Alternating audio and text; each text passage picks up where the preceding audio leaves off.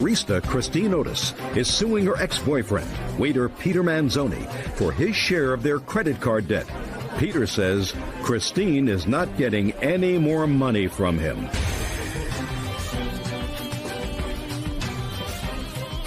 Now, this is case number 563 on the calendar in the matter of Otis versus Manzoni. Parties have been sworn in, Judge. You may be seated, sir. Have a seat. Miss Otis, you and Mr. Manzoni have a child together. We're in a relationship, I assume, not married to each other, lived together for a period of time. According to your complaint, during the time that you lived together, you racked up a substantial credit card debt.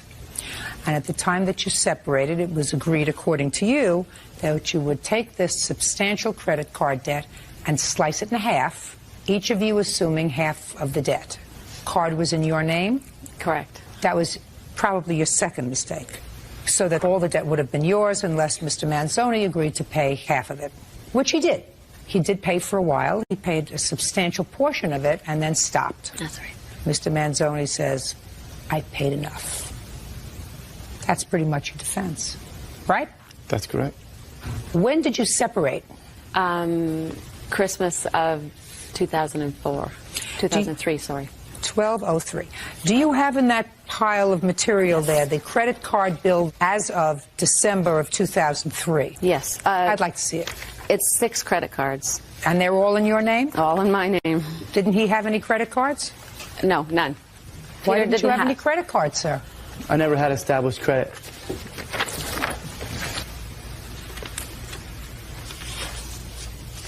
So what happened, Mr. Manzoni? You paid, according to you, almost $4,000. That's what correct, happened? Your Honor. I never agreed to split the credit card debt in half with Christine Otis. She and I had an agreement that I would pay back the debt that was solely spent for my purchases, things that I needed to get done or things that I come across where I needed some money. How long were you living together? We were living together roughly, give or take, 14 months. Is what you're telling me that you used these credit cards for that 14 months that you were together for separate purposes? We used some of the credit cards for joint things, dinners, foods, things of that nature. And then there was times where Christine used the money solely for herself. And then there was times, very few times, where I used the credit cards for myself. A couple things I needed to get taken care of, and I didn't have credit. Like what? I needed to get a tooth fixed. I needed to pay a parking ticket. So how much were your bills in total, sir? My total bills for the expenses that I accumulated were well under $2,500. Well under? Well under. Your Honor, may I speak for a moment? In a minute. Would you explain to me, Mr. Manzoni, if your bills were well under $2,500, and you just told me that that's what you agreed to pay, things that were specifically for you, and that's what you agreed to give her. So that's what you're telling me? That's correct. Then can you tell me why, in this sworn deposition, you paid her $3,575, substantially more than the $2,500 that you alleged that you owed? That's a question, so it requires an answer. The reason why I did that, Your Honor, was because I did know Christine was struggling at the time of our separation. She did need money for the credit cards, and she did not have a stable income at the time. And I felt that it was fair that it would be okay for me to spend $275 a month. I didn't have an exact number in my head, but I had a year time that I was going to pay her money. It just equated to that amount. Does that sound like a lot of double talk to you? Just a little. After you left, Mr. Manzoni, how much support were you sending her? Does she have custody of the child? No, we have no custody matters, Your Honor. We just split the baby. Who does the child live with? It's 50-50. He stays with me 5 nights a week. How much child support do you pay, sir? That's a little misleading, ma'am. I'm just asking you a question. I pay no child support. I have my son 50% of the time. I have him from 5 in the morning till 5 in the afternoon. How many days a week? Monday through Friday. And I have him also Monday night and Tuesday night all day, all night. Okay, so you watch him while she works? That's correct, ma'am. How do you pick him up? I drop him off and pick him up. She works in the we live very close in the downtown area. And what kind of work do you do? I work nights at a restaurant. I'm a waiter. So you've worked it out reasonably? Correct. What kind of work do you do? I am a coffee barista.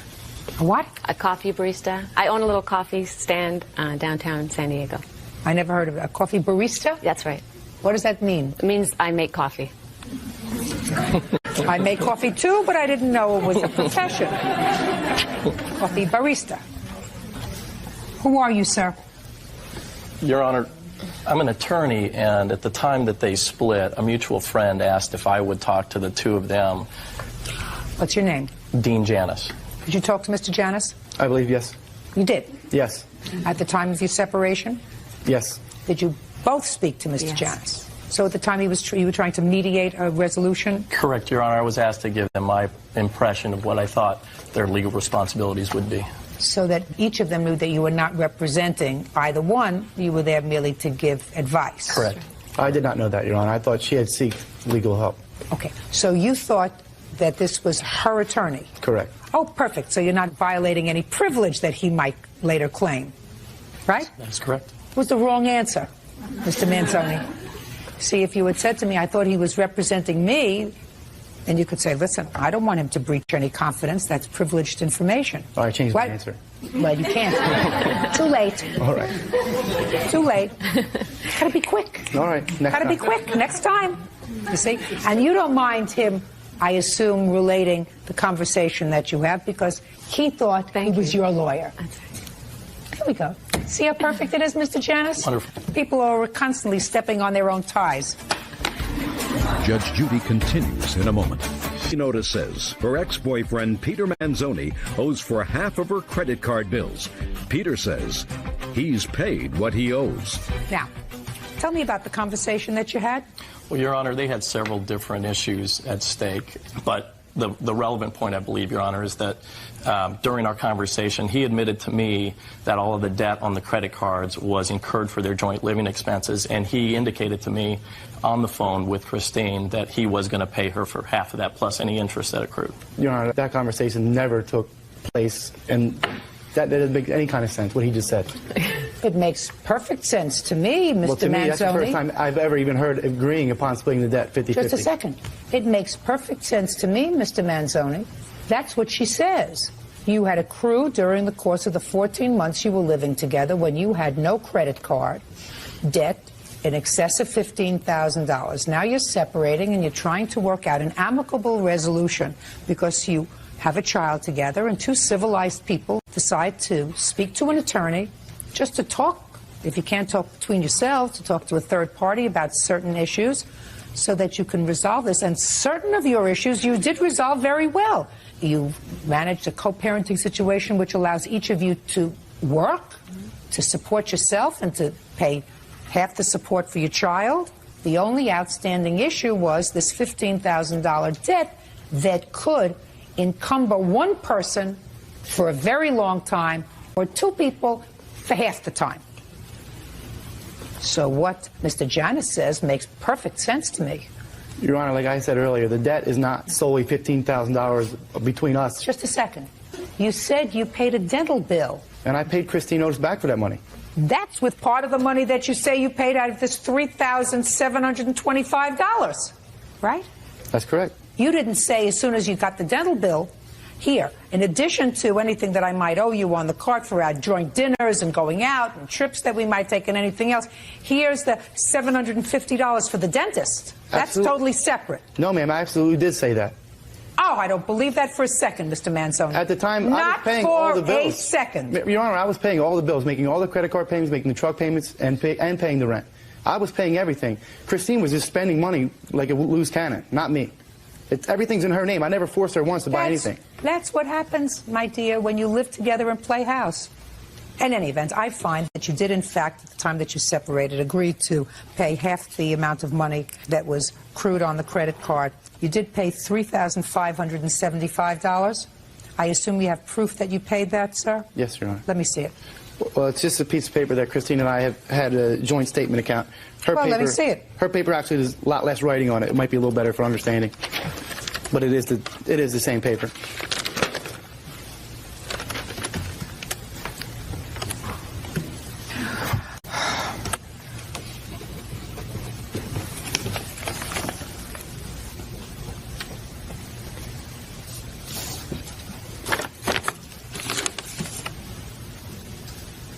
Why are you showing me this paper, sir?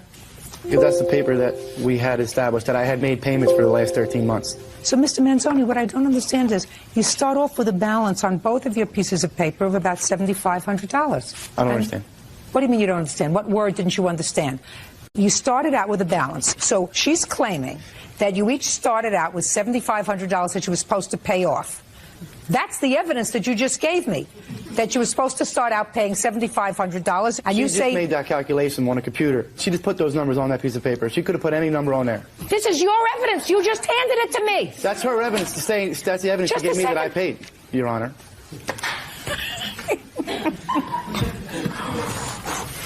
So you're making a big mistake. Judgment for the plaintiff in the amount of $3,925. That's all. Parties are excused. You may step out. Judge Judy did what she thought was fair. She thinks that I still owe Christine Otis another $3,900 or so. I think it was fair, and you know, I came here to get my money back, and I guess that's what I did. We had never made an arrangement of paying half the debt. That's what I couldn't get across to Judge Judy. He just decided he didn't want to pay anymore, and that was it. We did pay a lot of bills together. Maybe he's not happy that I'm doing so well for myself. And then also just foods, and we also had some medical expenses, things of that nature. I would think that he'd be happy, and I'm not sure. I guess he's not. If I had to pay, I had to pay, that's all. Well, we don't really have a choice. We have a 2-year-old together, and I just, yeah, we have to see each other every day, so there'll never be an end. Executive assistant Junelle Avila is suing her ex-boyfriend, salesperson Jacob Johnston, for a loan to help with his divorce. Jacob says Junelle gave him the money as thanks for his support. All rise.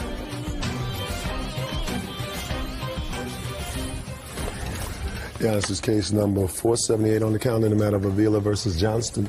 Parties have been sworn in, Judge. You may be seated. Ma'am, have a seat, please. Ms. Avila, this is your former boyfriend, and according to you, you made a loan to him in an amount in excess of $5,000 to pay for an attorney because he was involved in a divorce and a custody dispute with his, I assume, now former wife? Not quite. Not quite. So you're still involved in this custody and legal dispute? Yeah. She was difficult then and still is. I don't know who's difficult and who's not. When were you married? August 96. And you have children? 1. How old? 8. When did you leave your wife, or when did she leave you? I moved away and we separated in 2003. Did you meet Miss Avila before or after you left home? Oh, well after. According to your complaint, the money that you loaned to him was in February of 2004. Is that right? No, Your Honor. Which was when? I took out a personal loan in my name May 6, 2004. And tell me the circumstances surrounding that loan. I gave Jake a cashier's check, which I have here, and a copy of the personal loan I took out to get the funds to loan to Jake. Okay.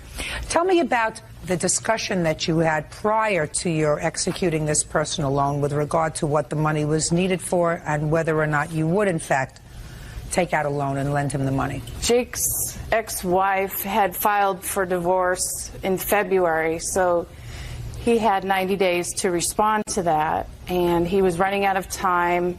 He had no other resources of money available. Was he working? No, Your Honor, he was not. He quit his job in March. Why? Didn't like the job. Well, if you quit the job in March of 2004, how were you paying child support?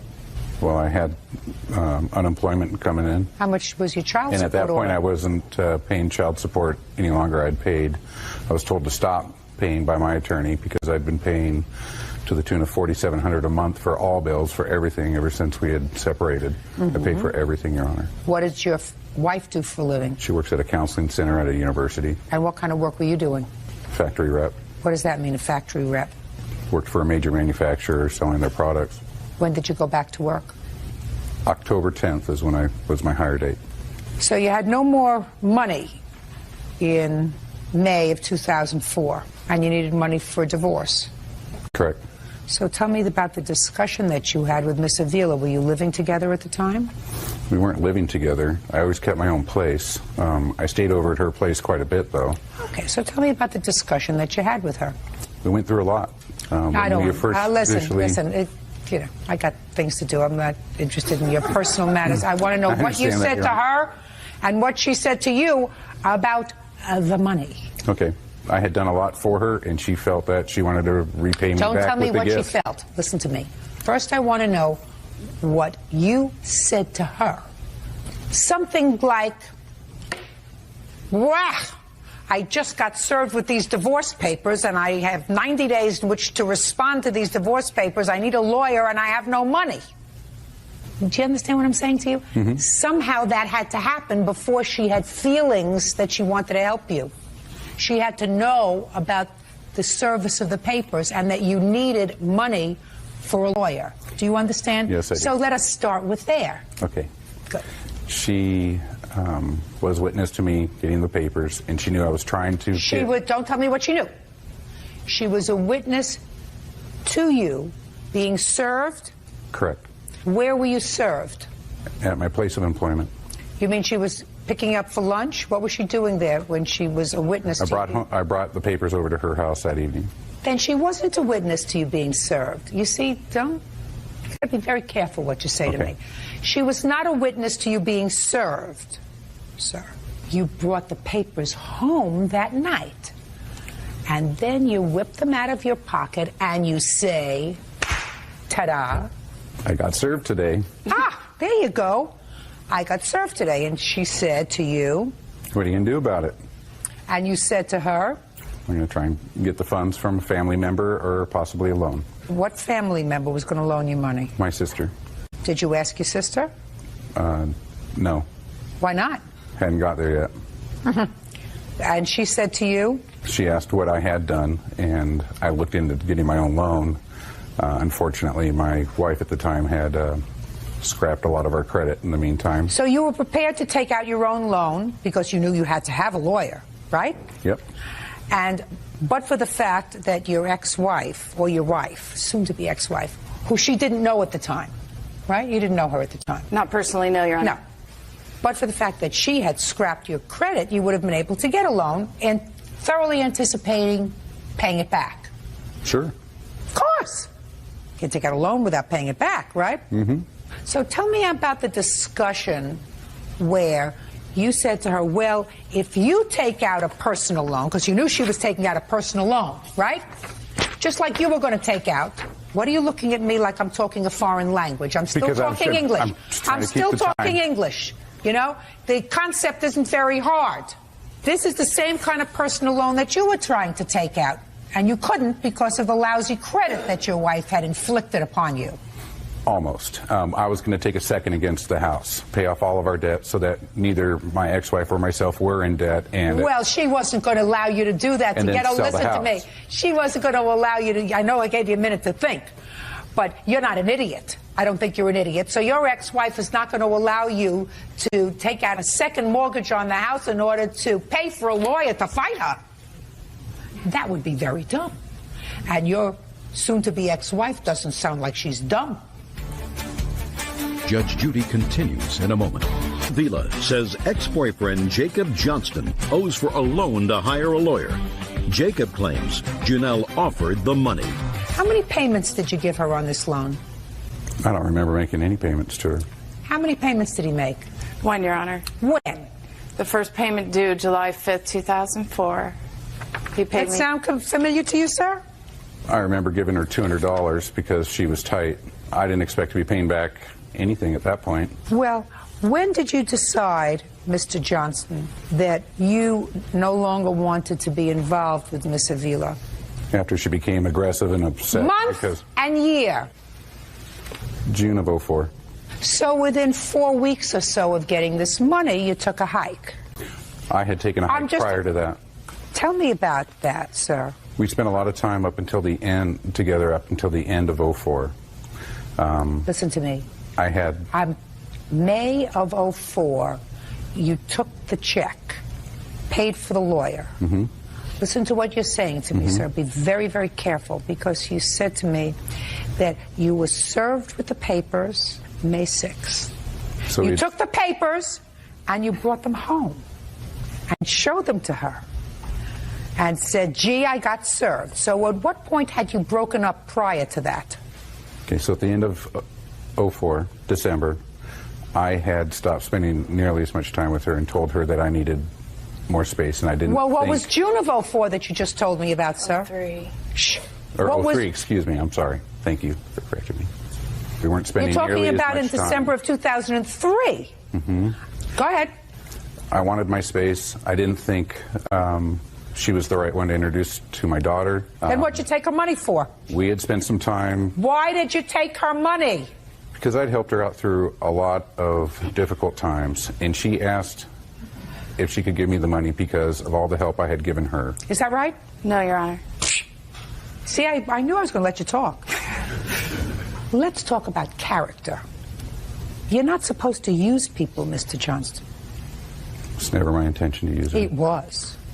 When you put someone in debt in order to satisfy your need, when you have no legitimate intentions, because she had legitimate intentions, she still cared about you, right? Yes, Your Honor. I still cared about her, too.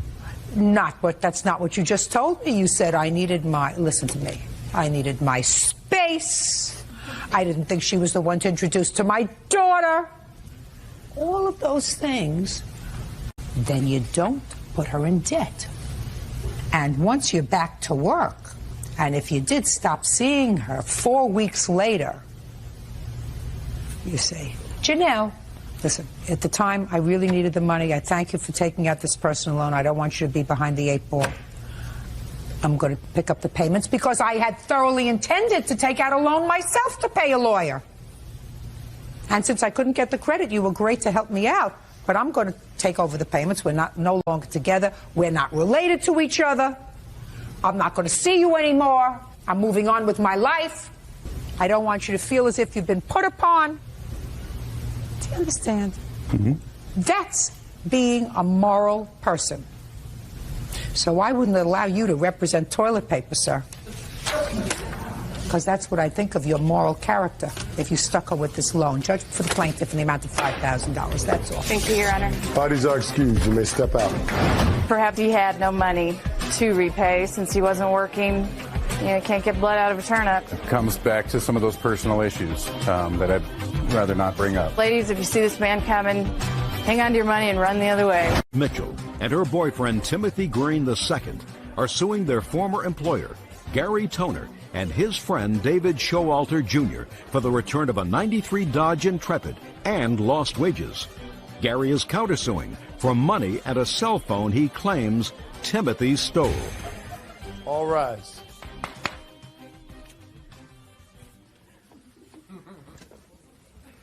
Yes, this is case number 458 on the calendar in the matter of Green Mitchell versus Toner Showalter. Parties have been sworn in, Your Honor. You may be seated. All right, here's another one of those convoluted cases where I need a roadmap just to get through the papers. Let me see if I've managed to, at least in some small measure, dissect it. You and your fiancé worked for this gentleman. Yes, Your Honor. Whose name is? Gary Toner, Your Honor. He also worked for him. Yes, Your Honor. He had a car that he wanted to sell. You agreed to buy the car. Yes, Your Honor. This is your story. You made payments on the car. Yes, Your Honor. You repaired the car. Yes, He Your gave Honor. you the title to the car. Yes. Gave you the registration to the car. Yes, Your Honor. And then one day, your fiancé, who was using the car to make pizza deliveries, because that's what Mr. Toner does, he's in the pizza business. Yes, Your Honor. He got robbed Yes. at gunpoint. Yes, Your Honor. After making a whole bunch of deliveries, he had about $800 with him. Yes, Your Honor. Mr. Toner didn't believe that Mr. Green got robbed. Yes, Your Honor. So they came and took your car. Yes, Your Honor. So you want your car back. Yes, Your Honor. Now, Mr. Showalter, he says, I never sold him my car. He says, Mr. Toner and I let Mr. Green use the car, sort of like a rental, for work and for pleasure and to make our pizza deliveries. And when he got robbed, we took the car back because we figured he wasn't going to be working for us anymore, so they took it back. Yes, ma'am. You got this so far? I'm trying to keep up. Try to keep up. Try to keep up. And Mr. Toner has a cross complaint. He says he wants the money back that Mr. Green stole because he didn't get robbed. He stole the money and also a cell phone that was the business cell phone that you allegedly have. That's your counterclaim. Yes, ma'am. All right. When did you purchase this car, Miss Mitchell? I purchased the vehicle in September of 2004. For how much? The total was $1,670, Your Honor. How did you pay for it? Mr. Toner, seeing I was an employee of his, a full-time employee, he deducted $200 from my weekly wages, which was every Tuesday. I have a record here of every week that my money was taken out of my check. Thank you. The top page is the original, then I rewrote it just so you would understand it better.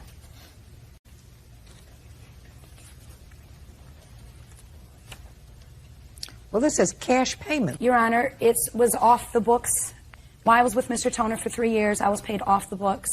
That's just how things were done. Not totally true, Your Honor. It's not what? Not totally true, Your Honor. It's enough true so that the IRS is going to be interested in this case. Everybody perk up. Perk up, perk up.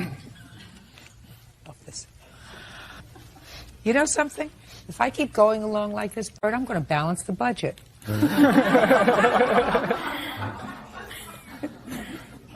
How many months did you have the car? I purchased the car September 2004, and the last time I seen the vehicle was January 1st of 2005, New Year's Eve. I would like to see when you purchased the car from Mr. Showalter. So I don't know why you were paying Mr. Toner. May I say something, please? Yeah. I never purchased the vehicle from Mr. Showalter.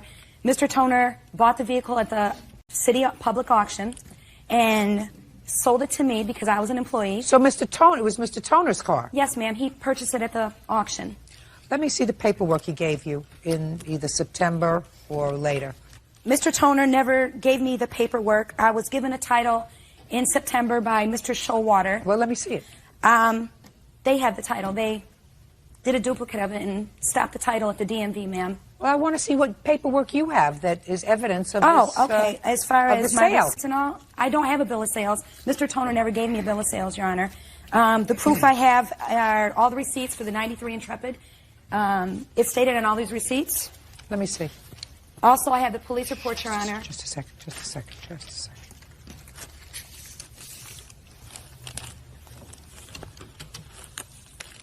So I have parts for the car. There's also a receipt in there, Your Honor. And then you had the windows Yes. tinted? Brake pads. Well, why would they make all these repairs on a car that they didn't own? The arrangement that apparently they had with Mr. Showalter was they would maintain the vehicle. He's using it, making a lot of money with it, and he'd maintain the vehicle. Well, didn't he work for you? Yes. You paid him? Yes. How much? Oh, God, depending on how many deliveries he took, maybe $100 a day. I thought the car didn't belong to Mr. Showalter. I thought the car belonged to you. No, I purchased the vehicle from an auction, Yes. and I then sold it to Mr. Showalter. Can I see the title to the car, please? You say in your complaint, madam, that Yes. Mr. Showalter gave you the title to the car, signed it, and sent it to the Department of Motor Vehicles. Tim signed it, and yes, we did send it to DMV. Why didn't you get a copy of that? Where is it? It never came back in the mail, Your Honor. And I do have Mr. Showalter on tape stating that they pulled a flim-flam on us, that they... Oh, well, I'd love to hear that he pulled a flim-flam. May I play it? Sure. Legit. Okay? Gary went behind my back and ordered a new title. All right, he told me that you did all of that. He ordered the new title, had it sent in. Okay? Told me he was going to take the car on you. I said, I don't want no part of it because me and you were down. Oh, no, but he the one said that you the one planned everything. Had the car moved, took it off the lot. Why would I take the car from you? I didn't care. Why would I, if you got robbed or anything from the pizzeria, why would I care? Why would I take, is going to get another title? He said he ordered a title, he was going to take your car. I said, Gary, you can't. Everything's in my name. He goes, I got ways to do everything. Yeah, and I know because the car was paid in full, you know what I'm saying? Just a second. Explain yourself. I told her whatever she wanted to hear. I'm tired of conflicts. No, listen. No. You hear the groans out there? They're not supposed to do that. They're not supposed to do that. I told her whatever she wanted to hear. Every time she calls me, I go into her place of business. She threatens me just to get her off my back. So I told her what she wanted to hear. Listen to me. Not only is he going to get into trouble with the IRS for paying people off the books, but you're going to get into trouble for lying to me. I'm not lying, Your Honor. Sure you are. Judge Judy continues in a moment. Claim their former employer, Gary Toner, and his friend David Showalter Jr. hope for the return of a 93 Dodge Intrepid. Gary says he fired Timothy because he faked a robbery. You had a conversation with him, and you pretty much apologized to him because your boss did the wrong thing. No. I did order another title because I was afraid I'd get screwed over. I was never getting my money on time for anything. I was tired of... What does that mean, you weren't getting your money on time? What does that mean, Mr. Showalter? We had an arrangement. I was supposed to have the money on the 1st. I was never Just getting... a second. You weren't getting your money on time for what? The payments for the insurance and the car payment for renting it. Not renting it. That's not what you said. That's not what you said. You said, I was afraid I was going to not get my money on time. I was afraid I was going to get screwed. Can I explain how this unfolded? Do I need to hear it? Yes. No, I don't need to hear it. I think that what you did was you think that he planned a robbery, concocted a story about a robbery to steal the money that he collected for pizza deliveries on December 31st. That's right. And you knew you weren't going to get your money back. You knew you weren't going to get your money from him because you really had no way of proving that he staged this robbery. He agreed to pay it back. Before or after you took his car? After the car was removed. And that's how it unfolded. So you took his car, and it was his car. Now we're going to get to your counterclaim. Tell me about... He says he was robbed at gunpoint after he made a day's worth of deliveries. You say you don't believe that the way things unfolded. You think he did it. Now, the only thing I'm interested in is you say he promised to pay you back. Tell me about that. He had agreed to pay back the... Tell me where it happened, when it happened, and what the discussion was. It happened on the 31st, December, New Year's Eve. And I received a call at my house, probably midnight or so, saying that the store manager called me and said that he was robbed. And I said to the store manager, well, I had checked with you through the evening, and you had said he had made drops periodically. And how is it he was robbed for the figure he then told me, $880? That's impossible. And I said, okay, I'm coming in. I'm on the way in. En route, I then called Mr. Showalter and said, I think he's pulling something here. Go grab the car. Oh, absolutely. Yeah, I don't know what your situation is with the absolutely. vehicle. You can't do that. It's his car. No, it's Mr. Showalter's car, Your Honor. No. Okay. No. So on the way That's in- what we're here to determine, sir. Okay. And I'm telling you right now, after I heard that tape, I have determined it's her car. Okay. So then on the way in... You took it as hostage. No, that's not true, Your Honor. Sure. Well, but what prompted you to take the car at that point, sir? Oh, I didn't take the car. I simply mentioned to Dave, if you still have money outstanding, you might want to consider taking back your vehicle. Because he's What probably does going that to lose mean? his job. Just a second. What does that mean if you still have any money outstanding? Paying for the car. He was behind insurance at that point by 1 month. You know that you started that very, very fast, sir. But you've No, already sir. put, No, but no, you Your already, Honor, that's but the you truth. already put your foot in your mouth. If they're behind at all in the car, you better go get it. Go ahead. So I came in. I picked up T, who was at the restaurant. We then drove to the location. Would you please just tell me when he told you he would pay you back? It was right then, that night. Well, tell me about the discussion about I'm going to do. Drove to the location, realized it was nowhere near his delivery route. It was the last run of the evening. The last delivery of the last run didn't add up. He's in a very bad part of town. I said, what are you doing way over here? He said, well, I'm going to get gas. I said, well, there's stations en route to here. He said, well, they were busy. I said, well, what happened? Why'd you get out of the car with all this money in your pocket? He said, people threw eggs at my car and I went out to fight them. Yeah, and? Yeah. So I told him, it doesn't make sense. We got back to the pizzeria. At that point, David Showalter had removed his car. And T said, where's the car? And I said, the car is removed. And you're fired because I don't believe you. Okay. So then a conversation unfolded in the back room where he said, I'm sorry, I'll pay you back. I said, why don't you just tell me the truth? Just tell me you staged it. Tell me you pocketed the money. Because I've had problems with T. Just a second. So what did he say? He'd pay back the money. Is that what you told him? No. What did you tell him? He said I wasn't going to get the car back unless I pay back the money. I ended up working 2 days for free. It's not true, Your Honor. Did you say to him at that point in the back room, all right, I'll pay you back the money? Yes, because he told me I couldn't get the car back unless I paid back the not money. true, Your Honor. I believe you. I believe you. I believe you. Don't believe you? Don't believe you. Okay. Where's the car now? Do not know, Your Honor. It was robbed. Have the police report? Let me see it, please.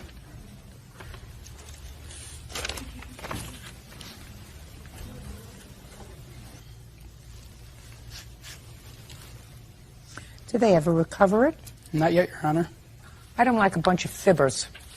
I think there's a little bit of truth to what you say. I think that they probably didn't fully pay you for the car at the time that the car was taken. I don't know whether you were robbed or not, but I certainly... Excuse me, I do have a police report for the robbery, Your Honor. It's okay. Did they find anybody? No, Your Honor. It just is his statement that he was robbed. Yes, Your Honor. Okay. It also made the newspaper. It's crime infested there, where the Okay. pizzeria is. So. And it's also more on Listen, the tape. Mr. Toner is skeptical about people telling him the truth. He's skeptical about people being shortcut artists, right? Absolutely. There's a bit of history as well with T. Well, are you a shortcut artist, Mr. Toner? All I want to know about is the cell phone. Where is the cell phone? I have the receipt here. It's, I believe it to be still in Timothy's possession. No, I don't have it. I gave it back. To whom? So who'd you give it to? Back to the Don't pizzeria. speak to him. Who'd you give it to? Back to the store manager. Who was that? That would be Ricky. When did you give it back to Ricky? 2 weeks. 2 weeks later, after my phone had got turned back on, because I was keeping in contact with him about the car. About what? Getting the car back? That I was going to get the car back. Now the car ended up getting stolen. I even got more on the tape. Got it. Okay, counterclaim is dismissed. Judgment for the plaintiff in the amount of $1,000. That's all. Thank you, Your Honor. Parties are excused. You may step out.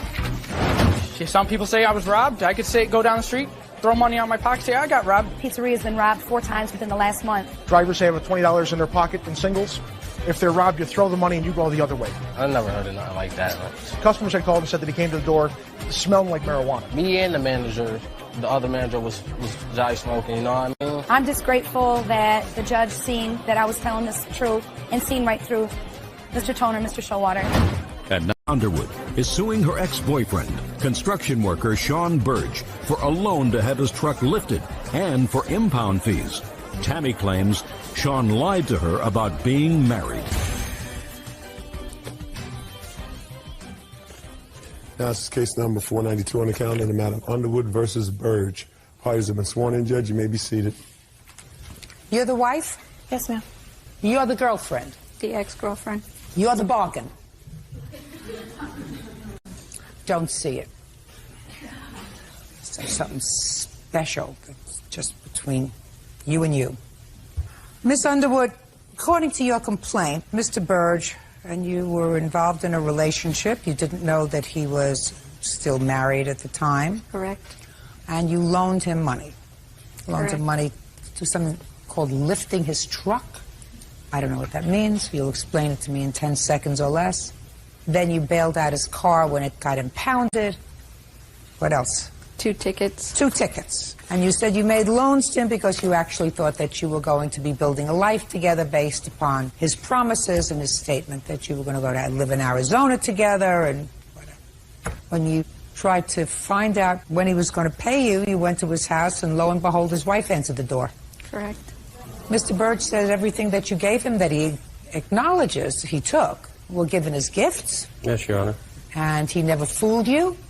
You knew that he was married and that he had children because he has tattoos of them all over him. Tattoos does not mean that he's still married or the fact that... And he says he doesn't owe you a quarter. Right? Yes, Your Honor. How long are you married, Mr. Burge? Over 6 years. You have children? Yes, 4. When did you leave your wife? Around April, May. And when did you meet Miss Underwood? Right at the end of May. Where? Through an ad in the paper. What kind of an ad? It was like a penny saver ad. What did it say? Shh, quiet! It said, this is who I am. And so I responded to it. She sounded interesting. Why, after 6 years of marriage and 4 children, you separated? In a couple of weeks, you felt the necessity to find somebody else? It's just I like having someone around. I wasn't out to build a relationship. I was out to find a friend. And, things were going good with us. And when, for the first time, did she give you money? It would be September 9th, if I'm not mistaken. Right? Yeah. September 9th. But I didn't give him anything. Shh. Tell me what she gave you money for. She did a lift on my truck.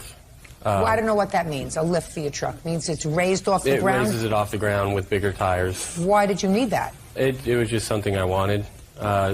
You have 4 children, so don't you think you should want to send them more money than raise your truck off the ground? My children are well taken care of. How much money did you earn? Say again? How much money did you earn? I was making $15 an hour. Oh, my God. A fortune. So what you're telling me is on $15 an hour, you can support your 4 children and you. My wife works also. How old are your children? Twin 9-year-olds, a 5-year-old daughter and a 4-year-old boy. And who watches them when you're both working? Daycare. Who pays for the daycare? We do. Really? Your wife must be a very successful CEO of a major company. No, she just works very hard for what she gets. Harder than you. We work equally. Really? What kind of work do you do, Miss Burge? I work for the phone company. What's your annual salary? 54. So you're the primary breadwinner in your family? I make more an hour, yes. Stand up. How many months were you separated from your husband? Roughly about 6.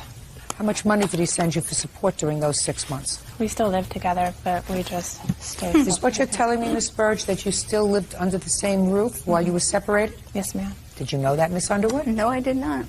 You think your husband told that to her? I don't know. Trust me. Did he tell you about Miss Underwood? No, we didn't share personal stuff about each other. No, only 4 children. Did you ask him where he got the money to have his truck lifted? No, ma'am. Let's see. Where did Mr. Burge tell you that he was living? He said exactly where he was living. Had you ever been there to visit him? No, because he was always at my house. How often was he at your house? A couple times during the week, not for very long, but he came over a couple times during the week on Sundays, because Sunday was his only day off. But you never went to his house until you were looking for him for the money? Until New Year's Eve, correct. Well, you weren't looking for him for the money New Year's Eve. You were just looking to find him? I actually was just looking to find him because he told me that we would be together, and then his friends called and said that he was drunk and passed out, so they were taking him to their house. So I decided that enough was enough, and I wanted to go find out what was going on, and lo and behold, the wife and 4 kids answered the door. Mr. Burge, did you tell Miss Underwood that you were still living at home with your wife? No, I didn't, Your Honor. Why not? I didn't see it as relevant at the time. We were just friends. Well, you were you were intimate. Yeah. You had taken money from her. Yeah. You knew that she had feelings for you. Yes. Did you feel as if you were being honest with her? Not completely, no. Right. I think you got the better end of the deal. I think so, too. Unfortunately, she didn't find out about his character until they had 4 children together. That's her problem. That's her problem. And not only that, she can have him. I don't want him. Judge Judy continues in a moment. Underwood says ex-boyfriend Sean Burge owes for having his truck lifted and for impound fees. Tammy says Sean is living a double life. Tell me about having the truck lifted. He said that the weight of all the tools and stuff he used for work weighed the truck down too much, so if we did that, then it wouldn't be as much of a strain on the truck. And at that point, I'm agreeing that, you know, we're going to try and start a life. We had already talked about starting a life. And I told him, okay, I said, this is the deal. I have a credit card that just got paid off. We could do this, but you have to make the payments on it. And he said? He said, okay. He said that would not be a problem. He would be able to make the payments. So we... Now let me hear your version of the truck, sir. Your Honor, weeks before that, we were talking. My birthday was coming up in October, and she asked me, you know, what do you want for your birthday? Jokingly, I said, I'd like to get my truck lifted. I never made arrangements to pay anything back, because if I could afford to pay her back on it, I would have paid for it myself. What was the next thing you paid off for him? His truck got towed. When did your truck get towed? I don't remember the exact date. And what did you do when you found out it was towed? I called to her and asked her if she could get it out. Why don't you call your wife? I didn't choose to. You can either have a happy life or an unhappy life. The choice is yours. Do you understand? I understand. Just because you make an initial mistake doesn't mean that you have to go through your whole life suffering for it. How much did it cost to have the truck lifted? $32.50. How much did it cost to get the car out of impound? $318. And now we have the tickets. What about the tickets? Did he ask you to pay those tickets? Yes, he called me at work and said, can we afford for you to pay the tickets? And I said, there's no we. I can do it if you can make the payments. I said, you have to agree to make the payments. How much were the tickets? One was $606 and one was $446. What do you want to say? I wanted to mention that I just want to reflect back on something that she had said when she said that he used to come over quite frequently. He works Monday through Saturday, and he was only gone on a Sunday a few times that I can recall. Well, what do you think that this phantom relationship that he had with Miss Underwood was? I really don't know. I wasn't involved in it, but right. I you do know, however, that he solicited her friendship while the two of you were married and living under the same roof, that he asked her for help, according to him, right? Right. All something that someone would say to a new friend. We're building something together. I need some help right now. Separated from my wife, whatever. We're divorced. I don't know. Did he say you're separated or divorced? No, said he was divorced for about 1.5 years. Got it? Got it? I understand that. Do you believe her that that's what he said? I want you to believe her, Miss Burge. Okay. That's what he said. May I mention another thing? Sure. The night that she showed up on our doorstep, she did mention to me that she had told him that he needs to put an effort toward the relationship or she was going to sue him for the money. And your point would be?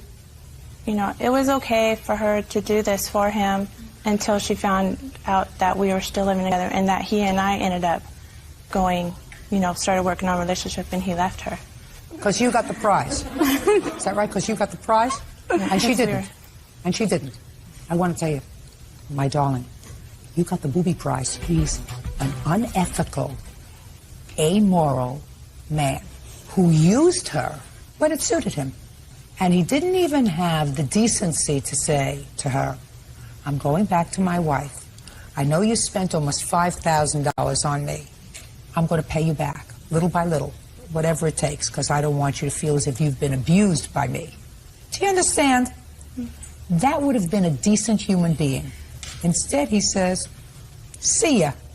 You feel like a fool? You were a fool? I'm going back to my wife with my new lifted truck. And if that's the kind of character you want your children to grow up around, stick with them. You will reap what you sow. The next fool will be you. Judgment for the plaintiff in the amount of $4,620. Thank you. That's all. Why did y'all choose? You messed up out. We started building a life together. He said he loved me, and I never knew about the wife until New Year's Eve. I didn't lie to her about anything. I might not have told her things, but I didn't lie to her. We had all kinds of plans. It wasn't just like a month, okay, boom, done, you know. It just didn't work between me and her. Christmas, you know, he promised my son he would be there, and all of a sudden didn't show. Mistress is a mistress, you know. You end up coming out with everything or you come out with nothing. It really hurt because I was in love with him, so, but she can have him. Is suing his ex-girlfriend, homemaker Sue Harris, for stealing Social Security money meant for their daughter. Sue says she took the money because James pays only $25 a month in child support for 3 kids.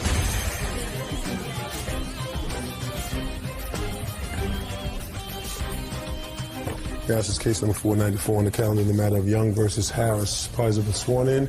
You may be seated. Folks, have a seat. Mr. Young, Miss Harris and you had a long-term relationship, and you have 3 children together, although you were never married. Is that right? Correct. How old are your children? My oldest one's 16. That's this young lady here. Yes. Go ahead. My daughter Brittany, she's will be 14 this month. And my daughter Ashley, 10 years old. And how long did you and Miss Harris live together? Just 9 years. And all the children were born during that time? Yes. Could you just briefly explain to me why you had lived together 9 years, have 3 children, and why you never got married? We were going to get married at one time, and the next thing I know, I was getting cheated on, what have you, and we could never get along. I mean, if you were together 9 years, and you have a 16-year-old daughter, after Correct. the 16-year-old was born, well, hon, maybe we should make this official, you know, should get married, and then you have a 14-year-old. So 2 years later, you had another baby. Now you have 2 children, and you're living as a family. And 4 years later, you have another baby. So don't go what happened at the end of the relationship. What happened during those years that you were together? Were you married? No. Were you married? No. Did he ask you to get married? He tried. And why didn't you? Didn't want to marry him. You wanted to have his children but not marry him? Well is not an answer. I'm curious. No. You have something against the institution? No, I just had something against marrying him. But not against having children with him?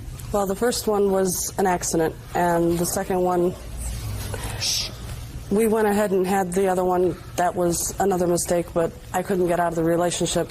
I had tried, and then a third. Wonderful. This is your complaint.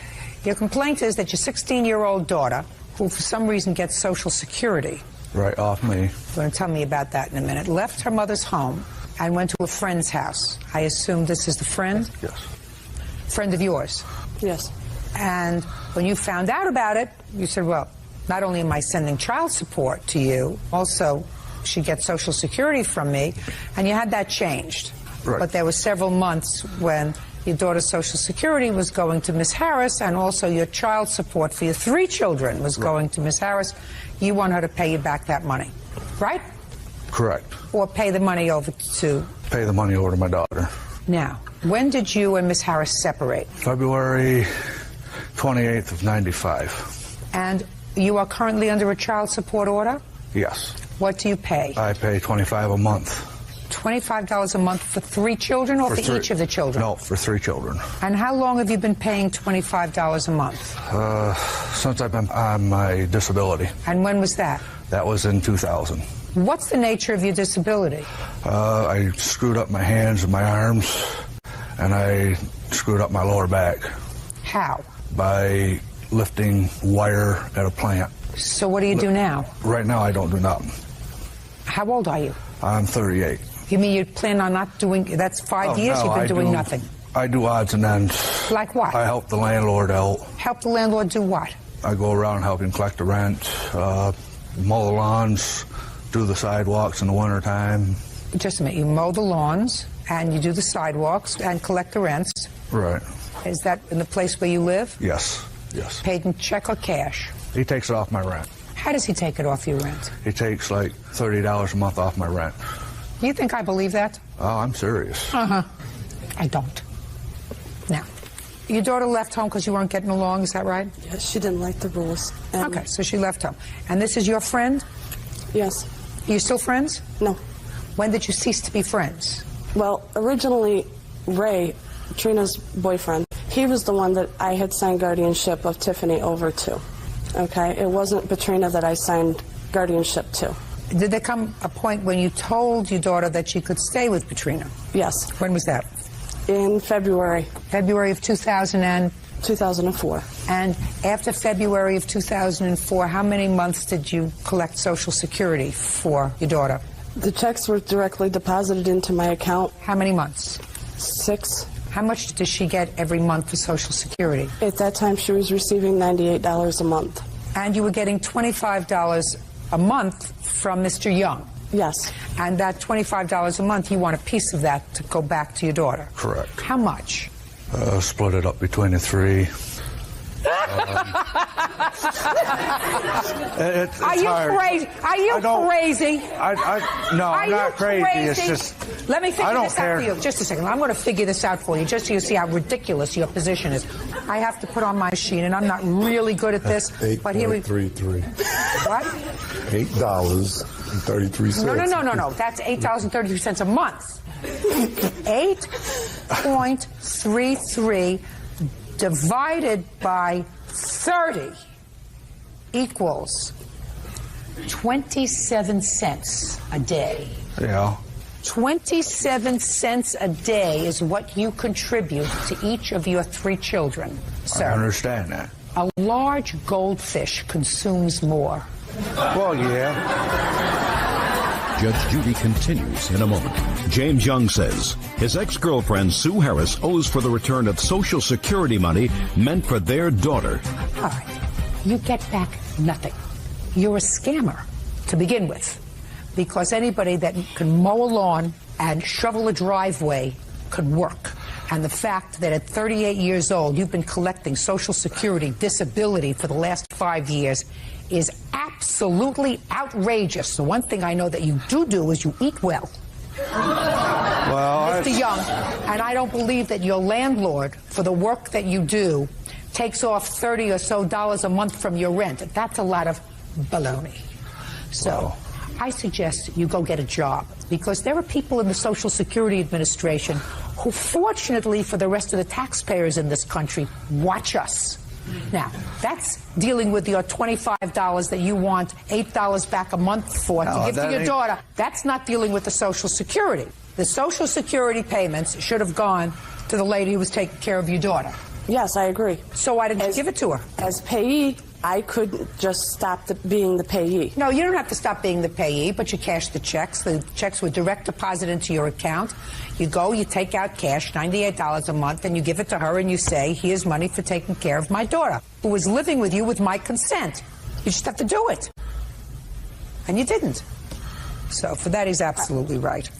I won't like the fact that he's complaining about it because he's not much of a provider. I used the money to support the house on what he wasn't The house is not the issue. The house is not the issue. Who is this? That's my husband. Does he work? Yes. Yeah, that supports your house. Do you work? No. Well, you should. That supports your house. You don't take the Social Security check that's designed for her and use it to support your house. And if he needs more money to support the house, let him get 2 jobs. Her money doesn't go to support your house.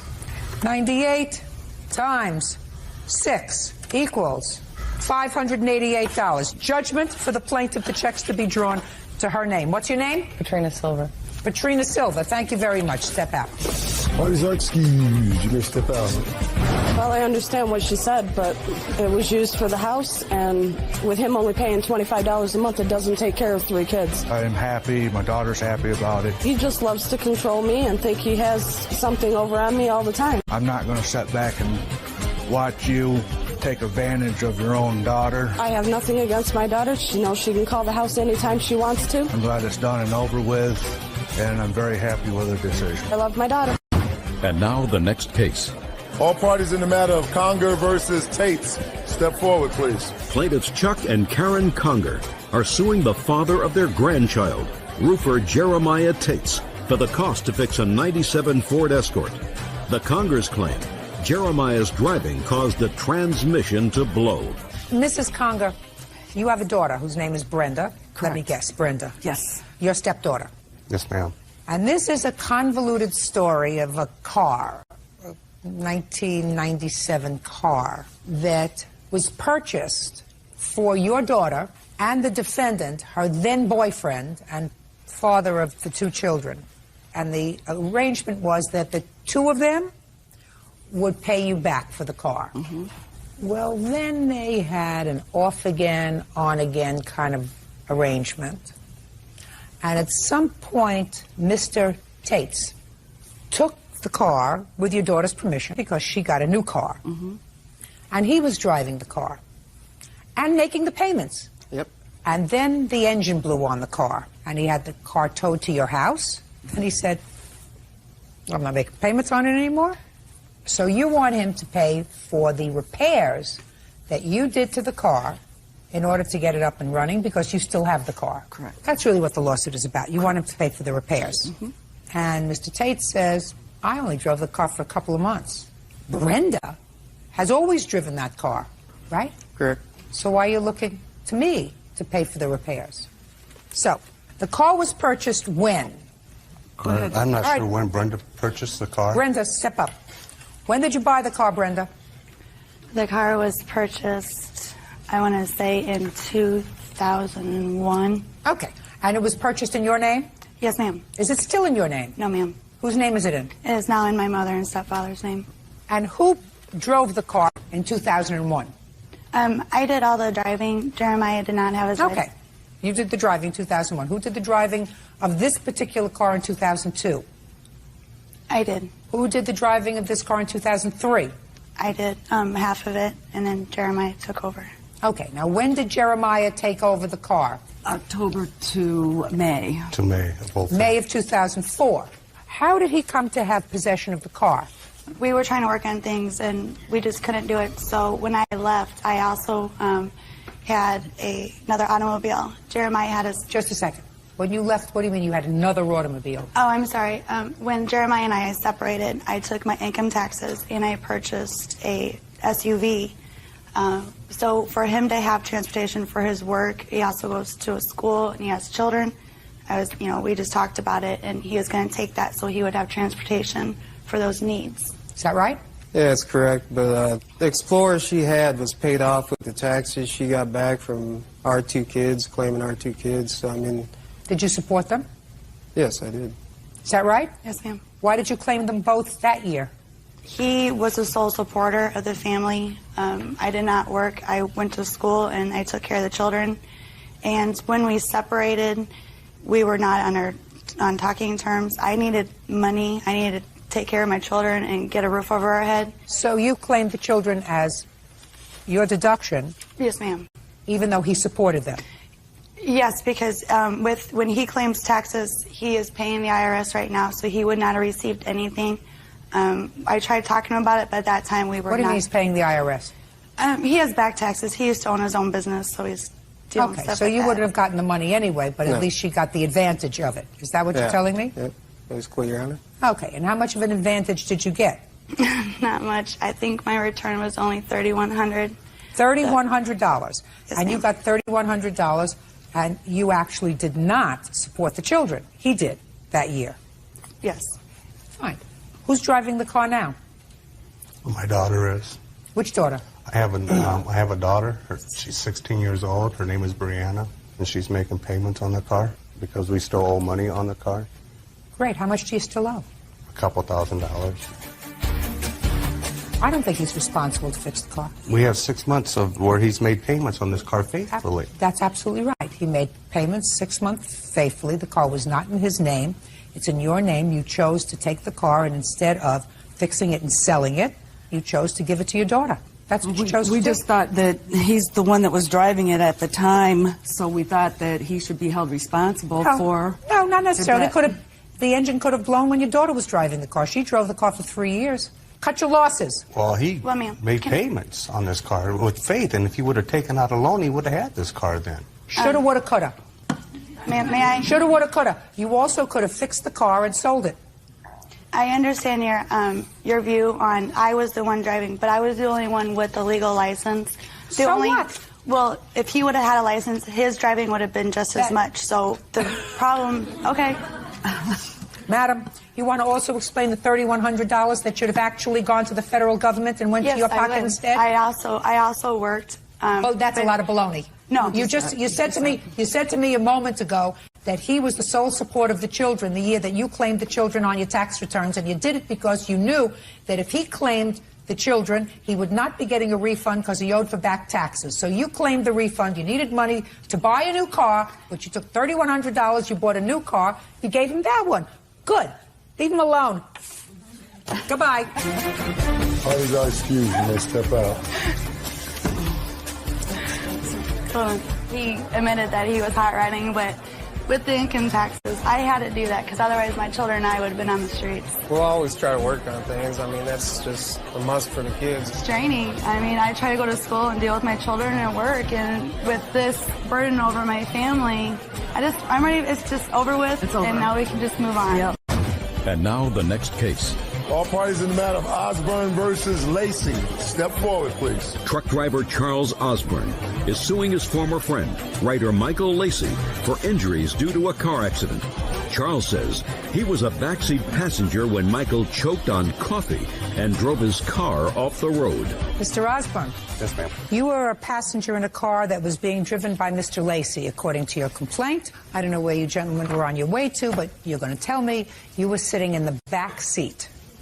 According to what I read, there was an accident, you were injured, and you want to be compensated for your medical bills, et cetera, et cetera, et cetera.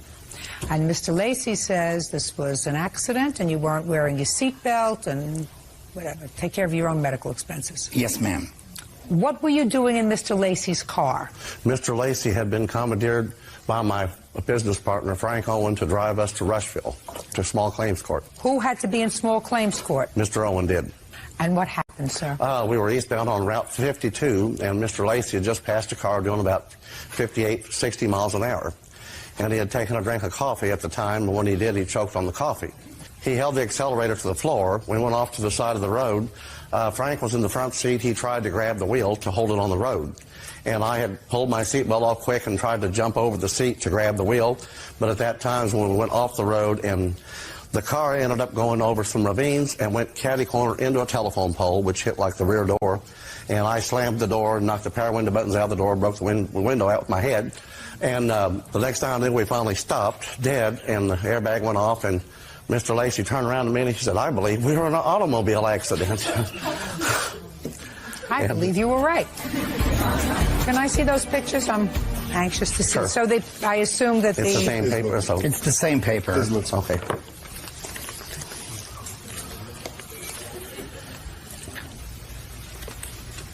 Can't believe I'm going to get paid for reading the paper. So this says that both passengers, both you and Mr. Owen, were taken to the hospital. Is that right? Yes. What were the extent of your injuries? I had a collapsed lung, and I still have the problem. I can move my head over this far on the left, and I can come all the way over on the right, but I still can't move it completely right. Well, what would you have to move it all the way over for? What particular I exercise? probably wouldn't unless I was looking at I'm just curious. I don't know, Your Honor. Wait. Doctor, it hurts when I do this. No, Don't I know. do that. No, I'm just curious. What is it in your life, in your work or social life or whatever, that would require you to go all the way over on you? Well, I'm a truck driver, and I have to leave my head out the window a lot of times to see the cars. Well, you go out like this. You don't go down like this, right? Well, I go like this to Yeah, you go right just like that. That's enough. Okay. All right. Seems to me that's enough. Okay. So you don't have any long-term disability. You had some short-term problems. Let me see that medical bills, please, Okay. and what the doctor had to say about you. Have an ambulance bill and a hospital bill and a doctor bill. Okay. But the one's gone into collection, so but they're all together same dates. Okay, Mr. Lacey, why shouldn't you be responsible for this? Didn't you have insurance? I did not have insurance. It had lapsed.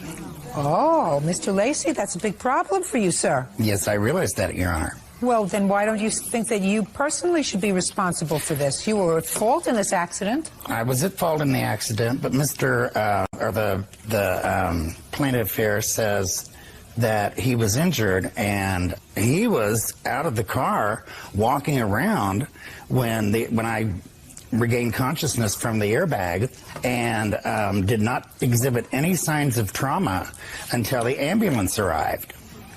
And then when the ambulance did arrive, he immediately went into a convulsed state and, made it sound like there was something wrong. And the rest of us were all walking around. He had been walking around. Well, Mr. Owen was taken to the hospital, sir. Mr. Owen was not taken to the hospital. According to this, he was. He was not. Well, he was. And you're responsible. And if he wanted to go and get himself checked out, that's his prerogative. Mr. Osborne, you're suing for $5,000, sir. Why?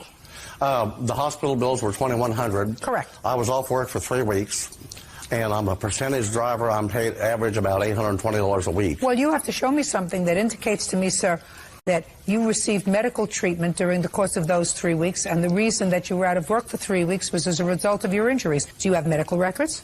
No, I don't. I didn't go see the doctor afterwards. Well, that's unfortunate, sir. If I were out of work for 3 weeks, I would go see a doctor. You want to say anything? Yes, I would, Your Honor. After leaving the hospital, Mr. Osborne walked to a nearby Pizza Hut to smoke a cigarette and drink a pop. Did you do that, Mr. Osborne? Yes, I did. With a collapsed lung? I did walk like I was jogging the 500, but I made it over there. I mean, is what you're telling me, with a collapsed lung, you went over, you had a drink and a cigarette? I tried to have the cigarette. I had the drive. All right. Mr. Lacey, you are responsible minimally for his medical bills. Do you understand this? Yes, ma'am. Otherwise was an accident, and I don't think there was anything irresponsible other than the fact that perhaps you were drinking a cup of coffee and you choked on it. Maybe you should just concentrate on your driving. So you are responsible for his medical bills, not $5,000 for his being out of work, for his being uncomfortable, for whatever else. I don't have any proof of that. Judgment for the plaintiff in the amount of $2,100. Thank you. That's all. Parties are excused when they step out. He told me to have him mail the bills there, that he would settle up with them. Mr. Osborne did have legitimate medical bills. He doesn't have enough money to afford his alcoholism yet to pay that, so... Well, I do know that he has a drug habit. Well, he's going to say what he wants to say, so I'll just let him say it. Student Jill Waters is suing her ex-husband, landscaper Richard Boris, for the cost to fix up their son's classic Ford Falcon.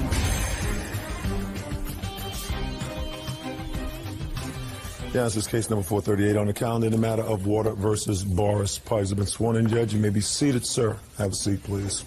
Mrs. Water, the defendant is your former husband, and you have 2 children together. We have 4. I only knew of 2 boys. You have 2 boys and 2 girls. In any event, one of your boys was in need of a car. So you called your ex-husband because you knew that he had a car that was not running, an old car, 40 years old, a classic car. And you made the following agreement with him, according to your complaint, that you would invest your money in getting the car up and running if he would give the car to your son. What's your son's name? Luke.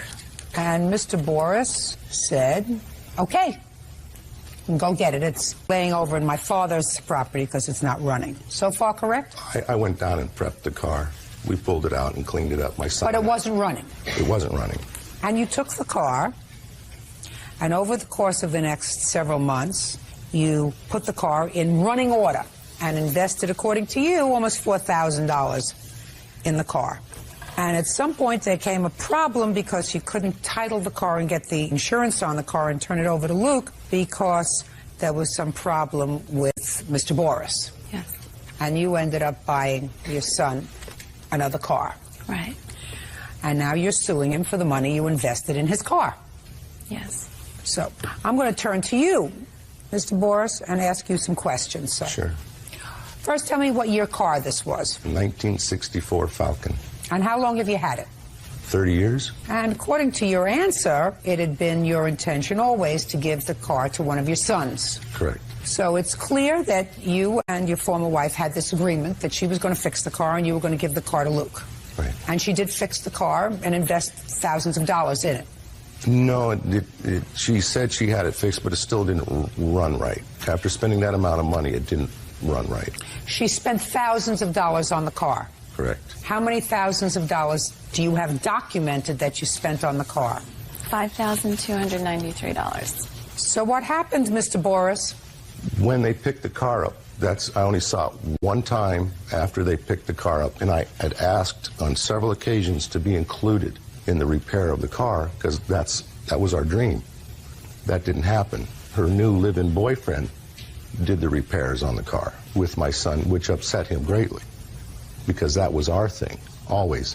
And Mr. Boris, if that was going to be your thing, then why didn't you say, listen, if you pay for the parts, we'll leave it at my father's house, and I'll work with Luke on it, whenever I can. Why did you, according to you, put it in shape so that they could move it? She made the offer of, if I give the car to Luke, that she would pay for the repairs. Right. Well, that's what I said. She didn't want to include me in that, though. She said she would, but once they got the car, I never saw it after that. They took it somewhere else to a friend of his who builds race cars, and she wouldn't tell me where it was. I had asked several occasions. How did you ask? I'd like to go see the car. I'd like to see where it is, the progress of the car. And what did she say to you? No, it's being worked on. Well, that's not a nice thing to do. Why did you do that? Well, I don't recall ever saying that. The car was at the mechanic's house for a month while he was rebuilding the engine and doing major work to it. And then we brought it home, and it was parked in front of the house until the police came by and told me that the registration was not valid, even though I had plates and tags. So we had to move it off the street. So we did park it at a friend's house who has some property. Well, what do you need to get the car in a state where it can be registered and have proper tags? Just a signed statement from him stating that he has given the car to my son, but he refuses to do that. I have a thing from the DMV. My son has the proper paperwork. The reason that the DMV kicked it back out was because she tried to add her name to it. Her name How old is Luke? 16. He can't register the car himself. He can become the legal owner, though.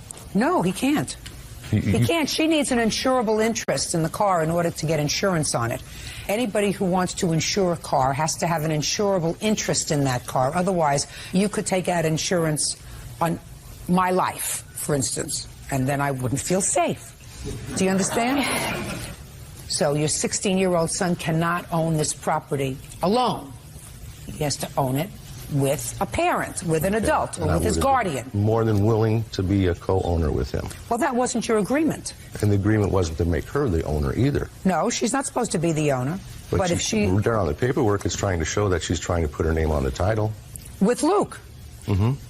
Well, so what's wrong with that? She's just paid $5,000 to fix it. Because my son told me once she takes ownership, because she bought him a new car. She went and spent thousands of dollars more for a new car rather than to continue to invest in fixing that car.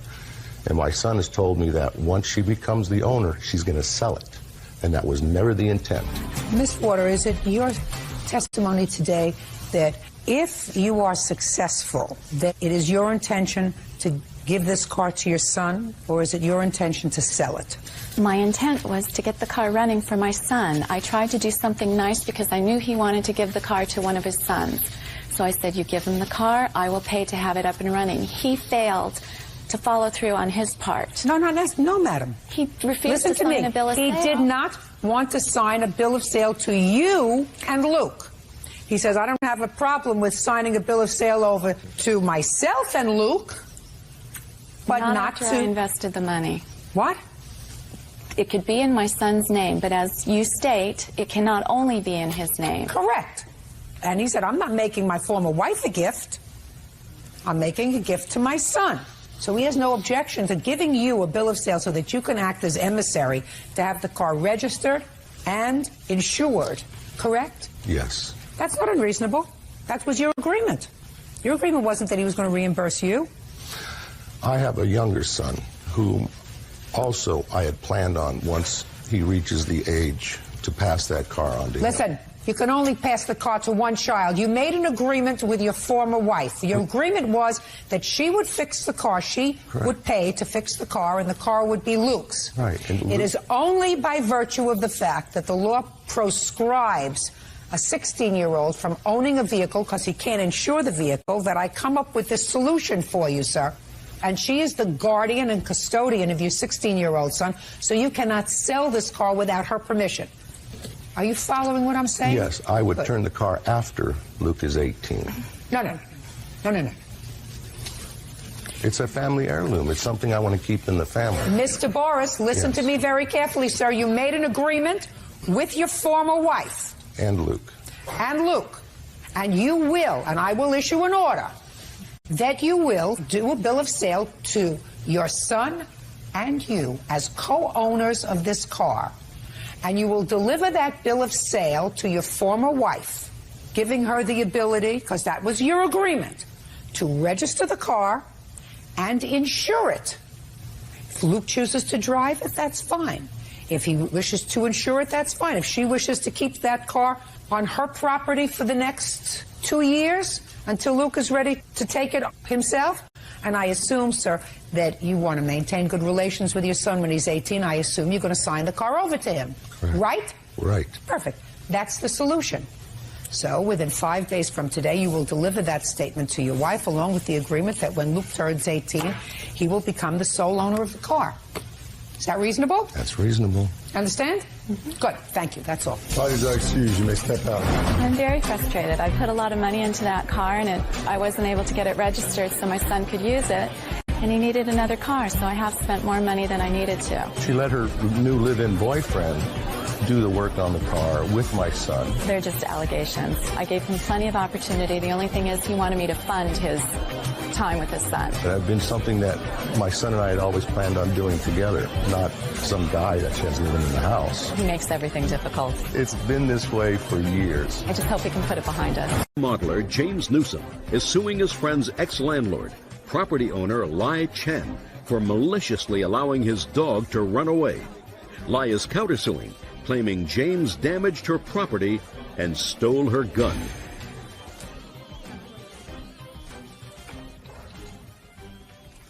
Yeah, this is case number 331 on the calendar, the matter of Newsom versus Chan. Parties have been sworn in, Judge. You may be seated, sir. Have a seat. Mr. Newsom, it is your claim that owing to the defendant's negligence, your dog ran away. I assume this is the dog. As a result of that, you found the dog in pound. You had vet bills, pound costs, etc. Ms. Chan says that you were a squatter on her property. You were not a tenant there, that the dog was left in her backyard. She opened the gate to leave. Your dog ran out. She had absolutely no obligation to go chasing after your dog. And in addition, she says that while you were a squatter there, you hit her house with your truck. You caused damage to her home. She wants you to pay for that. Ms. Newsom, do you own this house? I own the house. How many apartments do you have in the house? 3 houses over there, triplex. 3 houses? Right, triplex. And Mr. Newsom, he is not a tenant of yours, is No, that right? not at all. Is that Not right, at all. sir? Yeah, I didn't live there. Did you park your truck there At her house? I visited my friend Mario on the weekends because I lived in L.A. at the time, and then I was working in Yorba Linda, so I stayed in Yorba Linda during the week, and I come in town on the weekends and stay with him on the weekends. So you were staying there with your truck? Yes, on weekends. For how long? I don't know, a month and a half or something. I forget now. He was until Mario moved out. I don't remember. I wasn't paying attention. Well, let's try to pay attention Yeah. and get specific. What month did you start to come in to visit Mario? It would have been November 2003 through December of 2003. And when did your dog disappear? I guess, from what I understand, it was 4 days before I came to pick him up, which would have been on the 15th of October, I guess. I realized he had disappeared on the 19th when I came to pick him up. You said you stayed there from I didn't November of start 2003 till December of 2003. That's right. Your dog disappeared in October. That doesn't make sense. That's right, because I wasn't staying there when my dog was being watched there. I went to Oregon to visit a friend and his mother who was dying. When I came back is when I, at that point, started staying there. And he was watching my dog for me while I was gone in Oregon. How long did you leave your dog there? I don't know, I think 10 days it was. What's your name, Mario? Yes, ma'am. Stand up. Mr. Carmona, where was Mr. Newsom staying when he stayed in your house? He would either stay upstairs, sleep on the floor upstairs, or because I had my aunt, my brother, and his girlfriend at the time, he didn't want to be a further inconvenience. So he said just lend him a couple blankets and he'd go ahead and just sleep in his bed of his truck for the night. I'd tell him to go upstairs and sleep in the... And in what month did he come to stay with you? He didn't live, like you said, he would come over and visit on the weekends, but that started around November, about November. All right. Now, when he left in October, he says he left his dog with you. Did he leave his dog with you? Yes, he asked me if I could keep an eye on his dog while he went to go take care of some business that he had to take care of up in Oregon, I believe it was. So, did you take care of his dog? Yes, he left all the food that he needed. He left it upstairs with me. How did the dog get away? That is a good question. There was an incident where the dog was running around loose prior to Mr. Newsom leaving to Oregon. I had to call him because I couldn't put the dog back on his leash, on his runner. Why not? He wouldn't listen to me. I called Mr. Newsom. He had to drive back an hour. He put him back on the leash, and I informed everybody in my house, don't let him off the runner. He had plenty of rope, plenty of chains so he could run around. So you left him in the backyard? He had a big backyard to run around. You left him in the backyard? Yes, ma'am. Did he come into the house in the evening? No. So you left him in the backyard all the time? Yes. Was this backyard solely for you and the two other people on the lease, or was it for a lot of other people? It was a shared backyard. Well, what gives you the right to put the dog in the backyard? None, but I did ask Ms. Chan that I was going to be keeping an eye on the dog. There was a doghouse in the back because there was already a dog When back did there. you ask Miss Chan if you could Before keep the dog? Mr. Newsom left for Oregon, Did he, I asked her. Miss Chan? No. Of course not. Yes, I did. No, I don't believe you. Okay. Don't believe you, sir. No. If you had a dog that you couldn't control and there were other tenants using that backyard, it is unlikely that a landlord whose insurance is responsible would say, sure, keep a dog that's uncontrollable in the backyard so my other tenants are going to have trouble. Unlikely. Ma'am. All right. Do you know how the dog got away? No, ma'am. All I know is when I left to work that morning, the dog was on the leash. When I came home, it wasn't on the leash. I spoke to Ms. Chan, asked what happened. And what did she say? She said she had opened up the gate to give both dogs because the other tenants that lived on the property had a pit bull that, if Ms. Chan may remember correctly, the first day that I went over there to look at the apartment before I moved in. Just do me a favor. Just tell me what happened with your dog. I asked what happened to the dog. And she said? She said that she let the dogs out to play and she opened up the gate so they could run around and they never came back. What happened, Miss Chan? No, because I went out. I parked in my car in the backyard. When I go out, I go to get my car and I gotta go. So I opened my gate, I went, and the dog went too. They both went together. One is female, one's male. So they were not on a leash? No. They were not on at the all. lead? No. Okay. Not at all. And you didn't go after them? No. Right. I wouldn't go after them. It's not my dog. Why should I go after them? Absolutely right. What else do you want to tell me? I would like to tell you that Mrs. Chan was totally comfortable with my dog being there. And once I come back from Oregon and found my dog, took him to the vet, took care of all that, and I still continued to come on weekends and visit. She had no problem with me helping her property. Her property was in a pretty bad state of... what does that have to do with your dog? It's got to do with the fact that she was comfortable with me being there when I was helping her out on her property. She was, before her denying that my dog was allowed to be there, she had no problem with my dog being there. Just a second. You're not following, sir. She has no duty to run after your dog. But she has the duty, if she says it's okay for my dog to be in that yard, to allow it to be there while it's there. Listen to me, sir. She has no duty to run after your dog. You're right. Unless she let him off his leash. She says she didn't. Of course she did. She's not going to admit to it now that I've got a $500 bill in front of her. Yeah, I guess not. She was sure pretty sure I wasn't going to sue her either. But the problem we have here is... Listen, Flick, take care of your own dogs. If you have to go to Oregon, take your dog with you. Judge Judy continues in a moment. Ex-landlord Lai Chan allowed his dog to run away. Lai says James is homeless and he was squatting on her property. Listen to me. I want to know if when you were going into her house, you banged into her house. I never went in her house, and I did not hit her house. Okay. When do you say he hit your house with his truck? During the time he stayed in my backyard, and at night, because it's dark, he said he can't see it. He hit it, and the next morning I asked him to... What date? I don't have the date. Well, why did you wait so long? Because he's homeless. Because I don't know where he is. No, it's because she countered her suit after she received mine. Of course. Probably true. I went over there the other day after I found out she was suing me and took pictures of the only place you could possibly hit her house. And the house doesn't show that, I mean, the house is just in bad shape altogether, but I don't know how you could say if I hit it or I didn't hit it. I mean, it's just in bad shape. Although I did re-roof one of her houses that I have another suit against her for because she refused to pay for that. And I have pictures of the fact that the house she lives in has got a roof blowing off and a house next to it that's hers. I did the roof on, and I have not been paid for that. What? This is an estimate. Madam, I can't tell what happened with this house. The house looks like it's in deplorable condition. The whole property is. That's why he listen hit. to me. I'm speaking. I don't need you to help me. You're right. House is in deplorable condition. I can't tell what he hit and what he didn't. He said he didn't hit your house. You're not responsible for his dog. He's not responsible for your house. Mr. You know what? Mario Check moved this out? Yeah. Mario gone. moved out? Gone. Good. Goodbye. Have a happy life. And I knew you'd do that. That's all right, though. That's all right. No excuse. Step out. You did exactly what I thought you'd be. Come on, Hood. Let's go. That's why I should never come to this court. I knew she'd do that.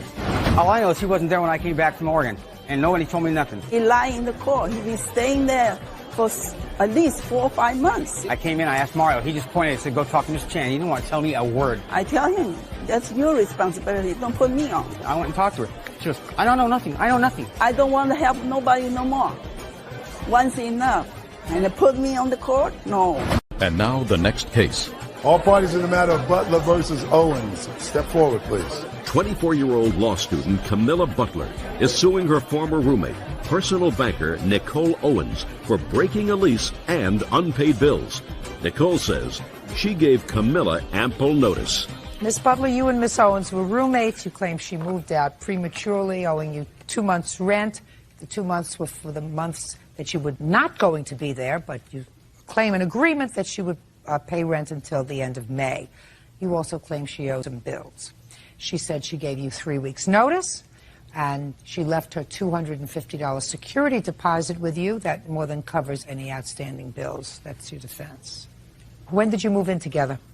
Your Honor, we moved in together on January 22nd. That's when we agreed to move in together over the phone. Okay. Now, you moved into an apartment that you had or she had, or that was a brand new apartment? It was a brand new apartment for both of us. Good. Can I see the lease, please? Absolutely. Who found the apartment, Miss Butler? The defendant and I agreed to move into the apartment one day. Gage and I went up to Long Beach to... So you looked at it together for the first time? We found it separate. I'm sorry. I found it alone. And you signed the lease alone? She did not sign the lease. However, that means that she is not a signatory to the lease. If she did not sign the lease, madam, then she is not responsible under this lease. You understand that? Yes, Your Honor. So this is not the lease on the contract that you are suing on. You're suing on a contract that you had with her, according to you, to live in the apartment until the end of May. That's correct, Your Honor. It was an Good. oral agreement. And may I see that agreement? It was not in writing. It was oral, Your Honor. Well, tell me about the oral agreement that you think is binding. Okay. We agreed orally over the telephone to move in together. We agreed on an apartment together orally, and we agreed orally that she would sign the lease that evening. But she never did. That's true. She never did sign the lease. Okay, Ms. Owens, let me hear what happened on the 22nd of January. I never said I would move in and stay there until May. I never made an oral agreement that I would sign the lease that night. None of that ever happened. Well, when she called you, did she tell you how long a lease she had to sign? It was month to month. This is a month-to-month lease. Yes, Your Honor, it is. However, we agreed together, separately, outside of the lease agreement, that we would be living together until May 31st. She didn't want to live with you after March. Yes, she did tell me March 10th that she was entertaining the idea of moving out. At that day, we talked about it. I said, that's fine if you want to move out. That's fine with me. However, if you choose to move out, you need to make sure that you find somebody to move in your place. She agreed. That's not true. Well, no, that's not true. You're not responsible for the lease in April or May. You could have given your landlord notice and moved. You chose to stay there. However, we did agree that we would live together until the end of May. Listen, people get married and they agree to live together till death do us part. 50% of those people go their own way. Just because you agree doesn't mean that she has to stay there. Now, what about her security deposit? We haven't gotten the security deposit back since the landlord is still in the process of cleaning the apartment and, seeing what needs to be done. But you had $250 in security deposit? Yes, I did. Okay. Now, what bills do you say she left when she left? There was a gas bill for February, electric bill for February, garage rental for March, gas bill for March, and also there were 10 days of rent between January 22nd and January 31st, where apparently we didn't pay for it in February, so we had to pay it later, and Nicole never paid that part. So let me have those figures, please. Okay.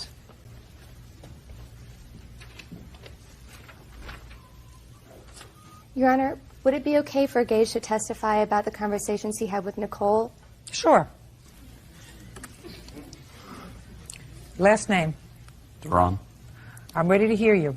Essentially what happened is Nicole said, I'm just going to leave, and that's the end of the story, and that she gave Camilla her 30 days notice, but the landlord required that 30 days notice. Well, let me tell you, I've looked over your damages. Your damages, you say, were $1,129.83. If you deduct April's garage rental, because she wasn't there in April, and if you deduct the $850 in rent, comes out to exactly $249, and she's got $250 in security deposit.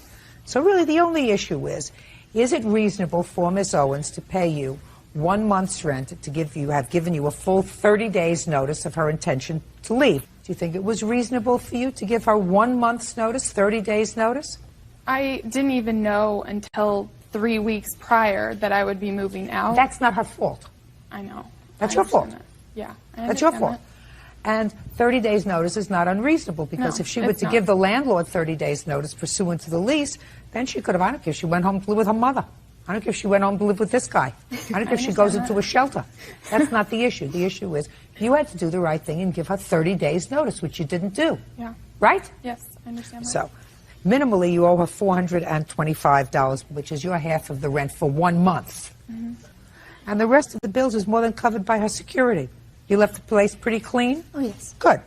Judgment for the plaintiff in the amount of $425. That's all. Step out, please. Her boyfriend recently totaled her car, so I'm sure she needed money to fix whatever problem she had with that. Oh, that's certainly not the case at all. My insurance covered the car. It was not a problem. It went well. I'm just glad I didn't have to talk a lot. Judge Judy cleared it all up for us. Joseph David is suing his former friend, Jonathan Borum, for podcast equipment. Mr. David, your claim that the defendant has acoustical equipment that you purchased for what looks to be a joint venture in Mr. Borum's music podcast. Yes, ma'am. You were making this music podcast in the basement of your house? Yes, Your Honor. Starting in what year? This year of March. And Mr. David, you were friends, you knew each other, and you knew he was in this business. I don't know, what is your business? I deliver bread. I'm a bread vendor. kind of interest do you have in music? Because that's what he was doing. Well, me and Jonathan have known each other for 20 years. Jonathan and I have known each other. Jonathan and I have known each other for 20 years, and he's always been in the music scene. He's an artist himself. Well, that's what I gather.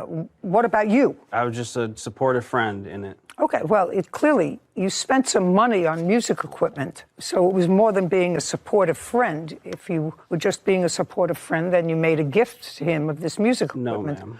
You decided you wanted to be part of this music podcast. That's what you said. Correct. When did you make that decision? Sometime mid-June after I had... June of this year? This year, correct. I had received a small amount of money, and I was able to... From where? A settlement from From an what? injury, car accident. Okay, how much did you receive? A little under 50 grand. And I seen an opportunity for me to invest and help out and help a friend and be able to invest into something that if we blew up one day, I could return. And Oh, did you have a written agreement with him? We did not have a written agreement. Well, I'd like to know what the agreement was. So he was also in the car accident with me as well. And so he's got a settlement coming. He told me, this was all verbal, that once he received that money, he would pay me back at least half of the equipment. So you would have a joint venture and he would pay you for half the equipment you purchased. This was at the beginning, correct. Do you remember, Mr. Borum, that conversation? No, ma'am, Your Honor. Were you in the automobile accident with Yes, him? ma'am, Your Honor. You did not receive a settlement. Is there any reason? We're still going through the court process. Okay, so you're going to trial. Actually, yeah, that's what it was set to go to trial because I didn't get the offer that my lawyer put in. So it's going to trial on my side, but on his behalf. No, he's already Yeah. settled his case. Yeah, mine's not settled yet. Okay. You indicate what you want is your equipment back. No, I'd like the money back. No, well, you get your equipment back.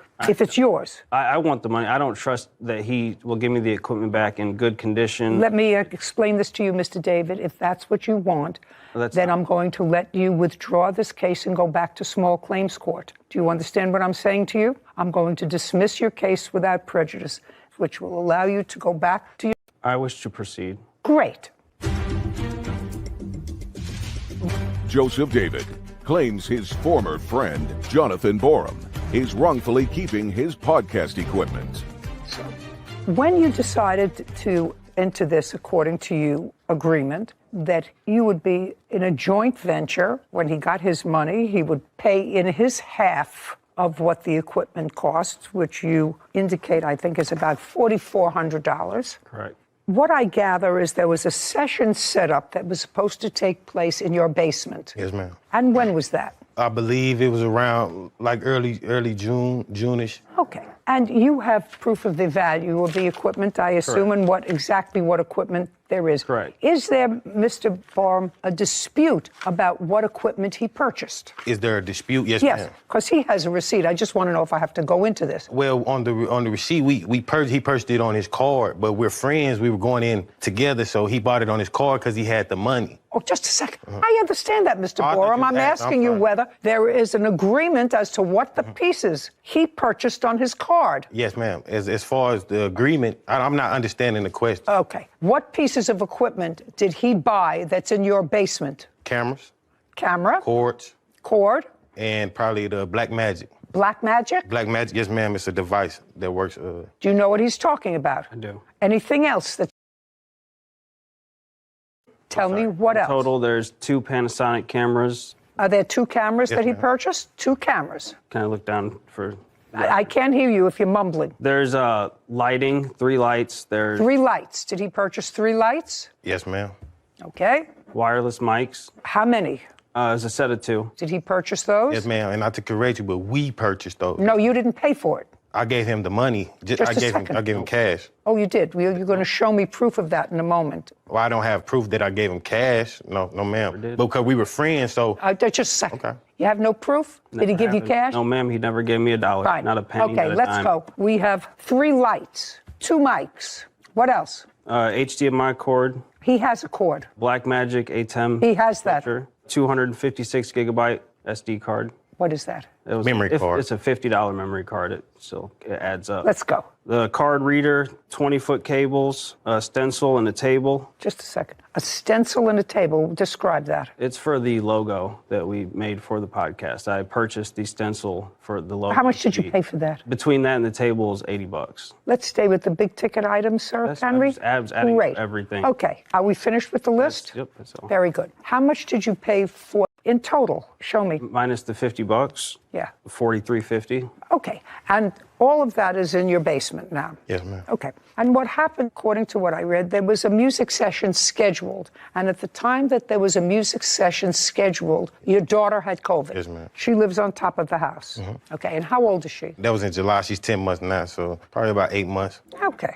And she's cared for by both you and your wife. Is that correct? Yes, ma'am. And I gather, Mr. David, that when you found out that there was COVID in the house, you didn't want to go into the basement. Correct. And that was sometime in June. Correct. Okay, can you tell me about that conversation? Well, he told me that she had COVID, and then he said that his fiance may possibly have it, and he may possibly have it. He even took off work, and I filled in for him at work for 3 days because he may have had COVID or not, and he said he wasn't Well, he feeling wasn't. He didn't want to go in and risk it. Correct. So I told him I do not want to continue with this interview. He said he would continue on. You mean with the interview that was supposed to take place in the Correct. basement? Correct. How much after, Mr. David, did you find out that the infant had COVID and that Mr. Borum and his wife were both exposed? Was the video podcast supposed to be made in the basement? 2-3 days. Is that correct, Mr. Borum? From anywhere between 2 to 5 days, ma'am. And when Mr. David told you he didn't feel comfortable coming into the house, what did you say to him? I said, okay, I would have someone else fill in his position because I understood why he didn't want to come over. Okay, and did you have someone fill in his position? Yes, ma'am. And then what happened, Mr. Borum? The episode got done, and it wasn't up to par with Joe. The argument was the guy didn't do it right, so it was a lot of bickering. So I told Joe, I just do the editing myself. And he took that as I was cutting him out. Okay, so he was supposed to do the editing. Yes, ma'am. Okay, and why did you say, I'll do the editing myself? Because he was yelling at me, and I told him... What was he yelling at you about? Because he said that the product wasn't up to par. He said... Just a second, Mr. Borum, this is your business. Right. Will you tell me, did you think the product was up to par? I did, but I thought it was up to par, but I took his recommendation because I brought him in for production. So I was like, okay, if you don't feel like it's up to par, let's figure it out. But then we kept going back and forth. So at that moment, I was like, you know what, I'll just do it myself so we can stop the confrontation. Because you didn't want to tell the guy what he did wrong. So then that's when the argument started, and he thought that I was kicking him out, which I never told him he couldn't come over, never told him he couldn't be a part of anything. I just told him I wasn't going back and forth because that's why I brought you in for that. May I see the credit card statement from the purchase of this equipment? And Mr. Borum, I want to see where you took out $2,200 from in cash.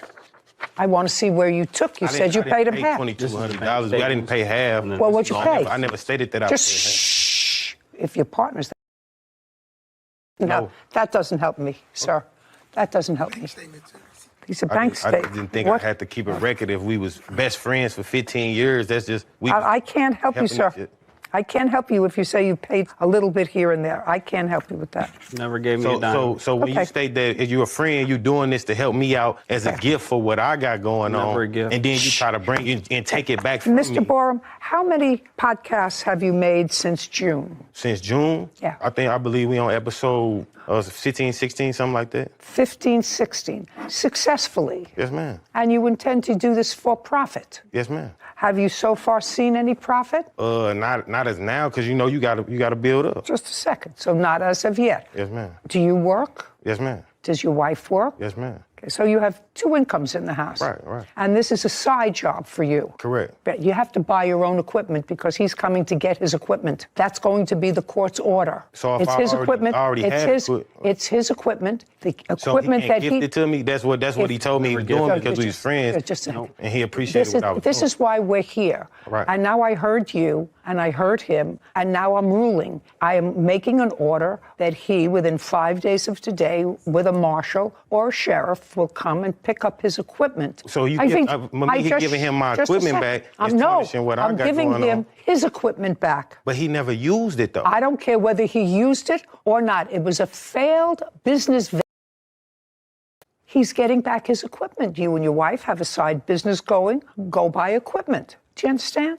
5 days, wait outside. You'll get a copy of my order. You can go get your equipment. Thank you very much. This court is adjourned. A 15-year friendship, obviously it don't matter. You know what I'm saying? Eventually, you see the real person in somebody. That's all I can say. You could be friends with somebody 100 years, and they gonna change. I mean, I thought I had a good friend for a while, but really... Man, the show gonna go on, man. Y'all know, make sure y'all watch, tune in. I was just tolerating a really bad person. I've had understandings with my friends similar to what the plaintiff and defendant has. One of my friends will stay in my apartment from time to time for a few nights, and I always make sure, because you never want a holdover tenant or a friend staying longer than you had anticipated, and I'll text and I'll say, okay, you're good to stay there Thursday and Friday night. Let me know if there's any problems, but you got to be gone by 9 a.m. on Saturday. Just to memorialize the understanding that I think I have, even with friends. It's just always smart to have some sort of record of a business, an understanding, a trade-off. I just think that it's good practice to, even if it's just a text, something to memorialize what you believe the understanding to be. I agree with you. Yeah. And that would make my job easy, but would eliminate this TV program. Potentially. For breach of contract. Court come to order. All rise. Have a seat, please. Hello, Judge. Case 2057, Hay versus Hill. Thank you. You're welcome. Mr. Hay, you're a musician. I am a songwriter and I sing song. I don't play the instrument, Your Honor. That's music. Yes, ma'am. Mr. Hill, you make music videos. Yes, I have a video production company. For how long, sir? Since 2006. Do you have employees? No. Just you? Yes, ma'am. Do you have a place of business? Yes, I work at my home. So your place of business is the residence. Do you have a studio in the residence? No, we do not. Where do you record this music? Most of the time we do it on location, but I haven't done a music video in almost 10 years. When you say you have a video business, you haven't done music videos. Right, yeah. You have done what kind of videos? Well, we've done a small film. We have a 3D full-length original animation that we do. We also have a network that we show podcasts on. We have a health and fitness show, and we was working on a reality TV show and an entertainment news show. I still don't understand. Produce any income. How do you earn a regular income? Oh, I have a regular 9-to-5 job. Oh, okay. Now that's where we go. Yeah. So your 9-to-5 job is what? Right now I'm an insurance agent. Do you advertise making videos? Absolutely not. The only reason I did this was as a favor to a friend. Well, you didn't do it for a favor because you were charging him. No, the only reason I accepted to do the video was because a friend asked me to meet with him. I understand that. Yeah. But you weren't doing him a favor because you were charging him. No, I was doing the friend a favor. I wasn't doing him a favor. No. Right. Mr. Hill, if somebody says, listen, I have a friend who wants to make a video. I know you've got a setup in your house where you could do that, or you do it on location. Would you like to be interested in you doing him a favor? So you haven't made a music video in 10 years. You're an insurance agent. And you met with Mr. Hay on what date? I'm not really sure. On what date, Mr. Hay? We met sometime in early April, late March. Did you have a written contract? Yes, ma'am. And that was to make certain videos? Yes. I'd like to see the written contract, please. This lawsuit seeks a refund of the money that you gave to him because the entire contract was not fulfilled. That's what the case is about. That is correct. Okay, so there is a full and complete agreement. Was this the only agreement there was in writing? That's the one for that one. That's the one for what? For that particular item, there's another one here. Well, that's what I wanted to know. There's one to produce 3 videos. That is correct. Okay. Is there another written contract? He said this is not a contract. Well, but I'm asking you, is there another written contract that you're relying on? Because he was supposed to make 3 videos, and the cost of the 3 videos was $1,500? $3,000. Of which he demanded $1,500 from me. Okay. Okay, and that's right. then That's just a second. That's not correct. Just a second. So it is your claim that in addition to the $3,000, $1,500 of which you paid to him, correct? Yes, ma'am. There was a subsequent contract afterwards for an additional item. I'd like to see that. For the live performance on May 1st. Okay. You wanted to do something live on one of his radio stations. Or... Mr. Hill? No, I'm going to read this. Okay. Okay. Let's deal with the easier one first. Did you receive the $1,500 for this contract. Yes. And that was for a live performance on one of your outlets. Right. And that was to take place on May 1st. May 1st. No. Did it in fact take place? Not at all. Well, so then he gets his $1,500 back. That's one. Thank you, Your Honor. But I'm not asking you anything. There's nothing else that you have to tell me about that, right? You paid him $1,500. Yes, ma'am. You didn't do a live performance. You get your $1,500 back. Yes, ma'am. Now, with regard to the 3 videos, you've given him a total now of $3,000? $1,500, Your Honor. How much did you pay him on this? For the videos? Yes. I gave him $500 up front to start off on that project. And then that's on the 21st. And then I gave him $1,000 by the 27th, I think, for the 3 videos. So you gave him. $1,500. So you gave him. The 3 videos were supposed to be $3,000, and you gave him $1,500. Yes, ma'am. Okay. How many videos were produced for you? 1. Is it accurate that 1 video was produced for Mr. Hay? Yes. And it was done on a particular date? Right. And you gave him that video? Yes. On what date? Did you do any work on the other 2 videos? No. Okay. Each video was supposed to cost $1,000. Yes. Dollars.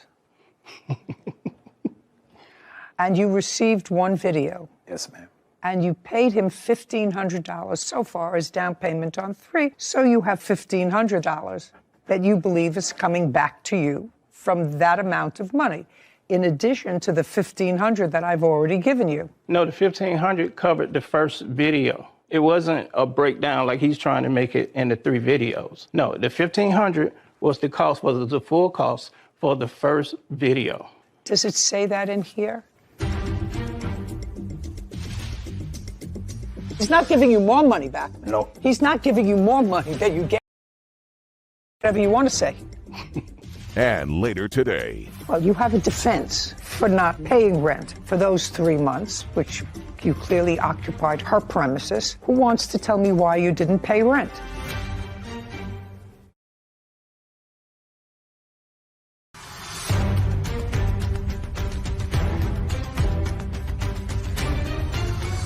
Edmund Hay claims videographer Ramsey Hill breached their music video contract. Kevin, would you please ask Mr. Hill to show me where in this contract, and I may have missed it, that $3,000 was to be paid for 3 videos. Right. But the first one cost half, cost $1,500. All I want you to do is to show me in that contract where it says that. If it says that, then Mr. Hay gets back the $1,500 from live music performance. The music video production won $1,500. Just a second. Can I see it, please?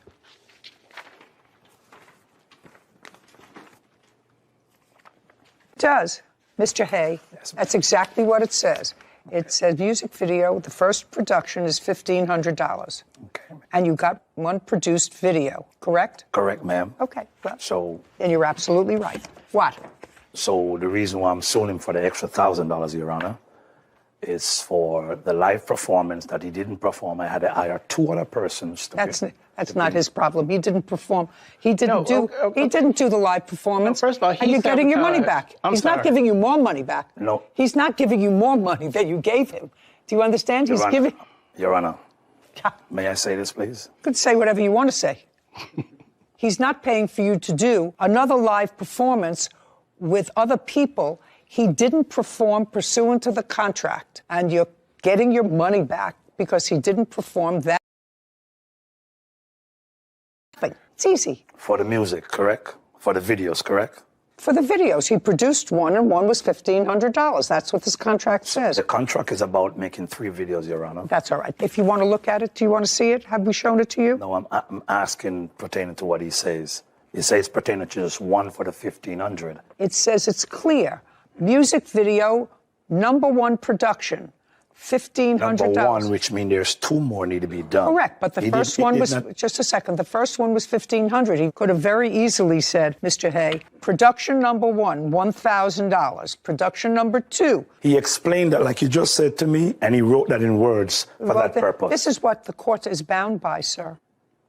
Not what he may have explain to you, because you cannot modify in the law a written contract by oral communications between the parties. It's in writing. If you wanted him to write production one, $1,000, then you would have said, write production one, that each video. This is not an argument, sir. I'm not this arguing, is not an Your argument. Good, because that's what it says. I'm not arguing. Contract speaks for itself. On the initial contract, he has to give you a refund of $1,500. On this contract, he produced number one video for which you paid him $1,500. That's what the contract calls for. We're done here. Thank you very much. Thank you. This court is adjourned. Well, it's a fair decision. There is no breaching of my end on the contract. It would never have been any money if he'd have kept things on course. How did I breach the contract when I'm here getting the money for the contract? I'm not working with anybody like that anymore. You cannot have an oral modification of a written contract. So I think it's a good lesson for people signing written contracts that if you don't agree or you have a different understanding than something that's listed in the contract, don't let the other person just explain it away in the moment, because as we've seen, that doesn't hold up in court and your rights are going to be really limited to what's in that. For 5 weeks. Court come to order. All rise. Have a seat, please. Hello, Judge. Case number 2008, Delano versus Taylor. Thank you. You're welcome. Briefly, and then I'll get into specifics. You sold over the internet some wigs. You claim you sold them to the defendant. Yes. They were charged on a credit card. According to you, it was the defendant's credit card. You shipped the wigs. The defendant, according to you, received the wigs, then challenged the credit card charge, and the charge was reversed so that you did not get your money. And Ms. Taylor kept the wigs. It is Ms. Taylor's claim that you never sold her the wigs, that you sold the wigs to clients of hers, and if they didn't pay you, that's not her problem. Is that your defense? Yes, ma'am. Okay, yes, ma'am. Stop jumping up and down because it makes me seasick. Okay. Stand still. I can't. You can't. You want a stool to sit on? No. You sure? I just have anxiety. Okay. Ms. Diallo, how long had you been in the online wig business? 3 years now. And on what date did Ms. Taylor contact you? October 1st of 2021. Had you ever dealt with her before? I haven't. A customer of mine actually referred her to me. You had not dealt with her before? Correct. And her first order was for what? A 34-inch deep wave wig unit. I don't know what that is. Tell me how much it cost you. $391. And how much did you charge Ms. Taylor? $491.96. And you shipped it to her? No, I didn't. Where did you ship it? Right now, I didn't ship anything at the moment. Okay, so she ordered the first one for $491. Yes, and then after that, I shipped after. How many did she order all in total? In total, 5. Within what period of time? In the span of 4 days. Okay, and Ms. Taylor, you do not deny the fact that 5 wigs were ordered in a conversation over the internet with the... Do you have a copy of those orders? Yes, ma'am. I'd like to see them, please.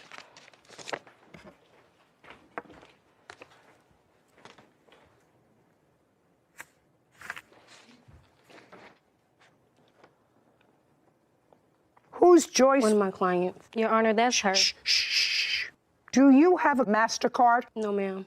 Did you ever? No, ma'am. Do you have any credit card? Yes, ma'am. How long has Joyce been a client of yours? Probably about a year. When you say she's a client of yours, she comes to your salon? Yes. You have a my salon? Apartment. No, I have to do my hair out of my apartment. So she comes to your apartment? Yes, ma'am. And how do you know when she wants to come for an appointment? She'll text me. She'll DM me. Okay, so she texts you, which means she texts you from a phone. Right. Which means that you have your phone, which shows her text messages. Not. What do you mean, not? If she texts you for an appointment, then you know how to contact her. Yeah. And she knows how to contact you. I want to see that. I want to call her. I don't have that phone anymore. Get it. You have to understand where I'm going. Do you understand? Yes. Yes, you understand where I'm going. Who is that? My boyfriend. Your boyfriend. What does he have to do with this? Because he was at the house when her and someone else came to the door. I don't care. Okay. If I were coming to court today And I knew that there was going to be a certain amount of proof that involved some person who is named Joyce. And order confirmation email was sent to Joyce at your email address. Right. Right.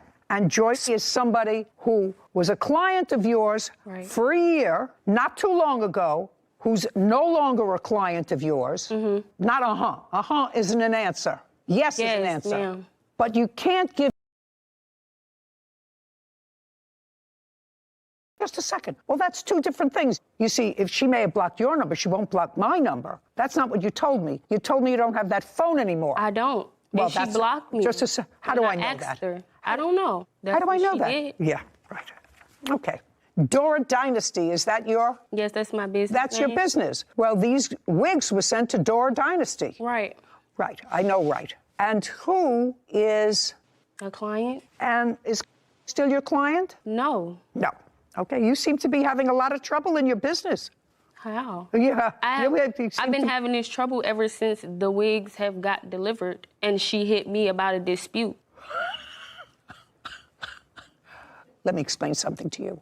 You purchased the wigs based upon her conversation. I got she them had sent to my house. Just pay careful attention to me. They were all delivered to you. Right. That means you bought them. If somebody stiffed you, that's not her problem. But according to her, and you acknowledge that she sent you 5 wigs, and the is not an answer. Do you understand? You following me? Okay. What was the total value of her purchase? $21.96. And can I see the reversal of that charge on your credit card? Yes, ma'am. Now, at some point, your credit card was charged. At some point, your credit card was charged. That's either a yes or a no. No. Whose credit card was charged? My client's. Which client? I'm not sure. Whichever wig she said was disputed. You said in your answer you kept all the wigs. No, I didn't. I didn't keep all the wigs. They got delivered to my house. 2 of them I installed, and the rest they picked up. The wigs got shipped directly to my salon. The wig shipped to my apartment because I was going to do their hair. I told them about the vendor. Are you trying to tell me that despite the records that she has, that you were the contact person on all of the wigs to somebody else? They the 4 other paid people. for 'em. They paid who? They paid her. They paid for the wigs, and they got them shipped to my house. Were 4 different people charged for the wigs? Yes. 4 different people? Yes. She did 5 different transactions. Are you telling me that the 5 different transactions were all her? All her. That makes my life easy. So what you're saying to me, she charged it on 5 different cards. Yes. No, I didn't. But she is all of those people. All of them. How? I'd like to see it. Please.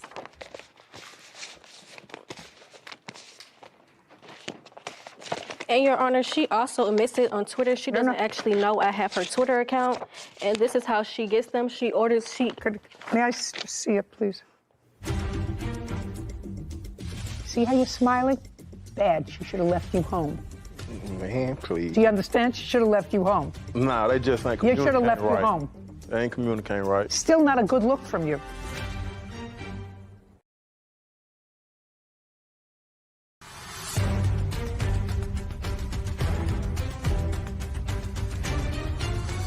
Fatoumata Diallo claims salon owner Kanaya Taylor owes for the cost of 5 wigs. What's Beauty? That's her business name. Business Twitter. I don't have a Twitter. Right. I have an Instagram, 2 of them. I have and a business page. That's what I have. I don't have a Twitter. Do you have my Instagram? I do. Don't talk to each other. Don't ask her any questions.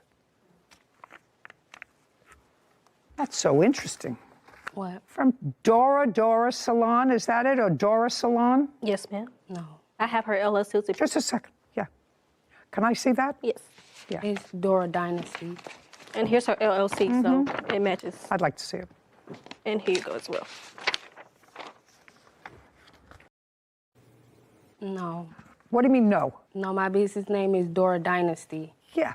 Dora Salon One Beauty, Dora Dynasty LLC, Dora's Dynasty. Right. And about the same time, the tweet is over 2,000 in wigs. I'll smack those. And then on the 13th, you write, my wigs come tomorrow. And then on October 11th, I'll be wrong if I dispute it once I get it. And then I don't know what did the... Because, what is, ma'am, just a sec, I'm reading something. Is not an answer. I didn't ask you anything. What does that mean, Sarah? It's just an emoji. Like, so what? I don't care. Oh, I'll be wrong if I dispute it once I get it. So what? But was so rude I can't even ask them questions, telling me I didn't read it. And then she writes, see how you're smiling? Bad. She should have left you home. Man, please. Do you understand? She should have left you home. Nah, they just ain't You communicating should have left right. you home. They ain't communicating right. I paid all this money for these wigs and these slow rolling. Wow. I assume that those people, the clients that you were talking about, was slow rolling. Would that be a fair statement? I mean, I'm not familiar with all of this. And then you show me in these tweets, or whatever they call them, a picture that was put up by Boo. Is that a name? Yes. Now, what is that? That's her client actually contacting me and telling me that she's charged her for the wigs and that she was never a stylist to begin with. How did I upcharge the fee when they paid for it themselves? Nobody hears you, madam. Okay, so you acknowledge you got them. Your statement is you no longer have them. She didn't make a deal with you. She made a deal with 4 other phantom clients, 2 of whom either you lost your phone, the dog ate your phone, you don't have the number anymore, you don't have the contact anymore, but we don't know how to get in touch with him. And then there was somebody that actually was wearing one of the wigs that she didn't get paid for. The invoice and the chargeback, please. Yes. Still not a good look from you. Well, yeah, not a good look. It's funny because it's not true. Not a good look. You the boyfriend? Yeah. Stand up for a minute. Just have a couple of questions. Tell me your name. Braylon, right? What do you do for a living? I'm a barber. Do you live together? Yes. How long have you lived together? Going on a year. So you were living with her when these wigs were delivered? Yeah. Yes. Yes. Would be an answer. Were you there when she opened the wigs? One wig she had to put together for a client.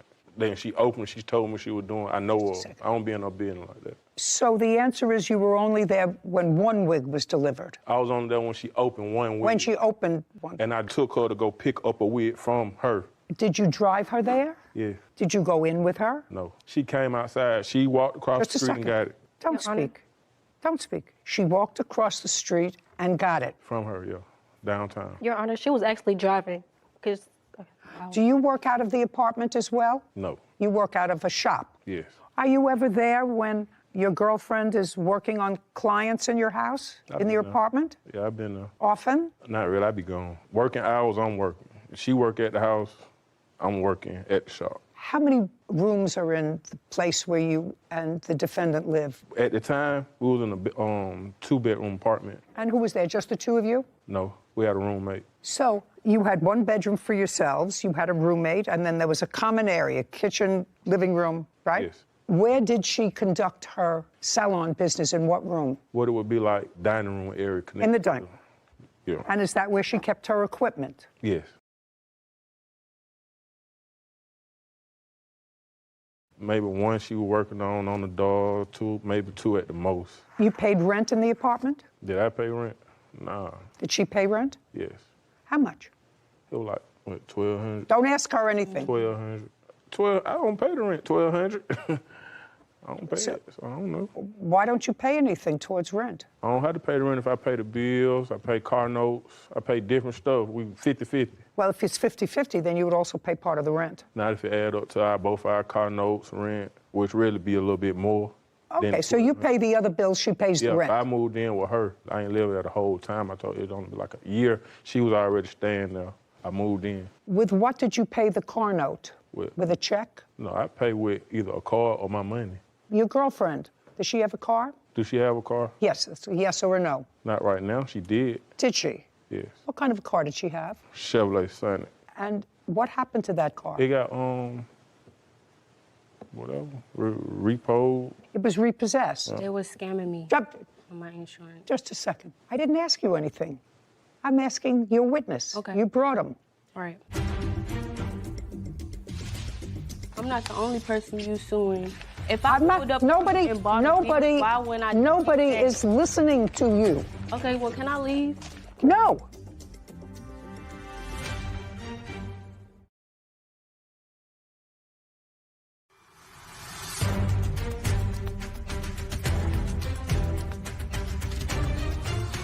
Fatoumata Diallo has accused salon owner Kanaya Taylor of stealing 5 wigs.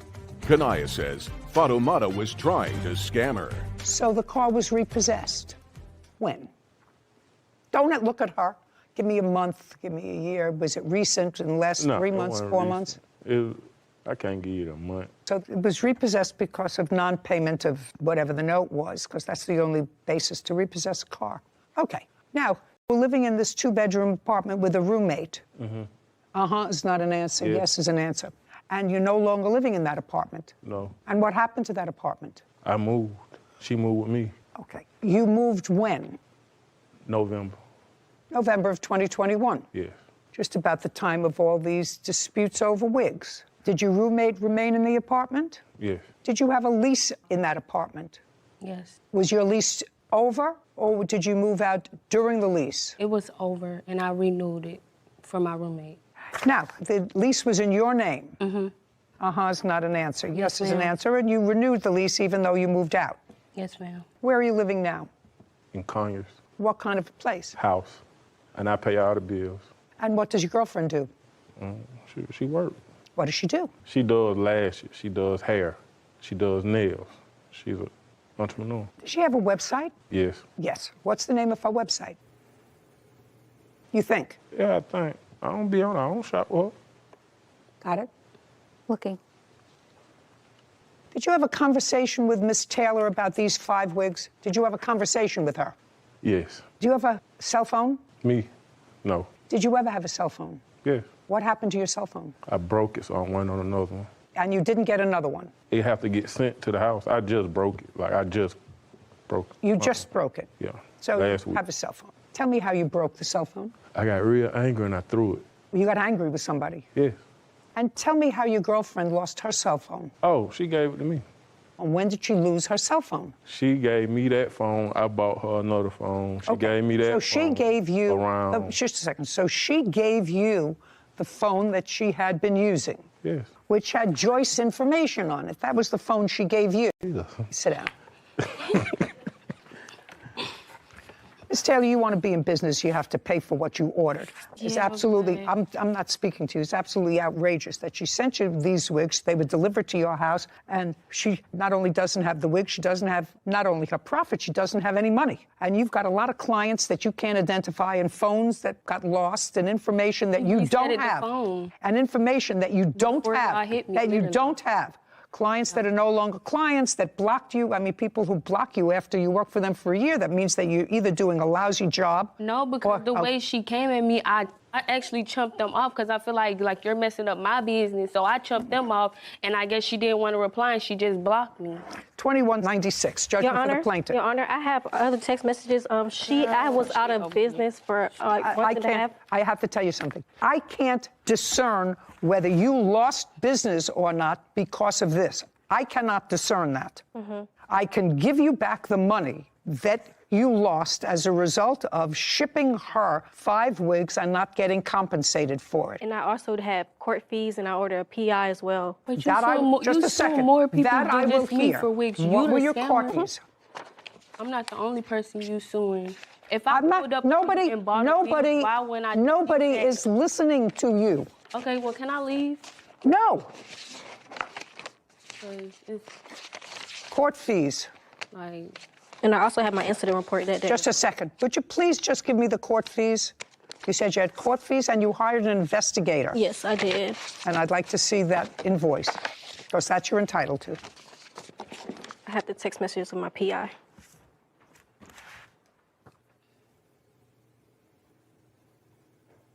I don't know what this is.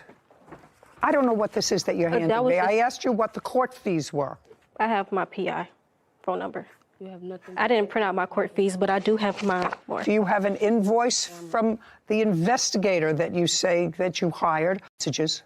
I need an invoice, a payment. I did a payment, $400, and we have the text message trying to find her everything. Can I see it, please?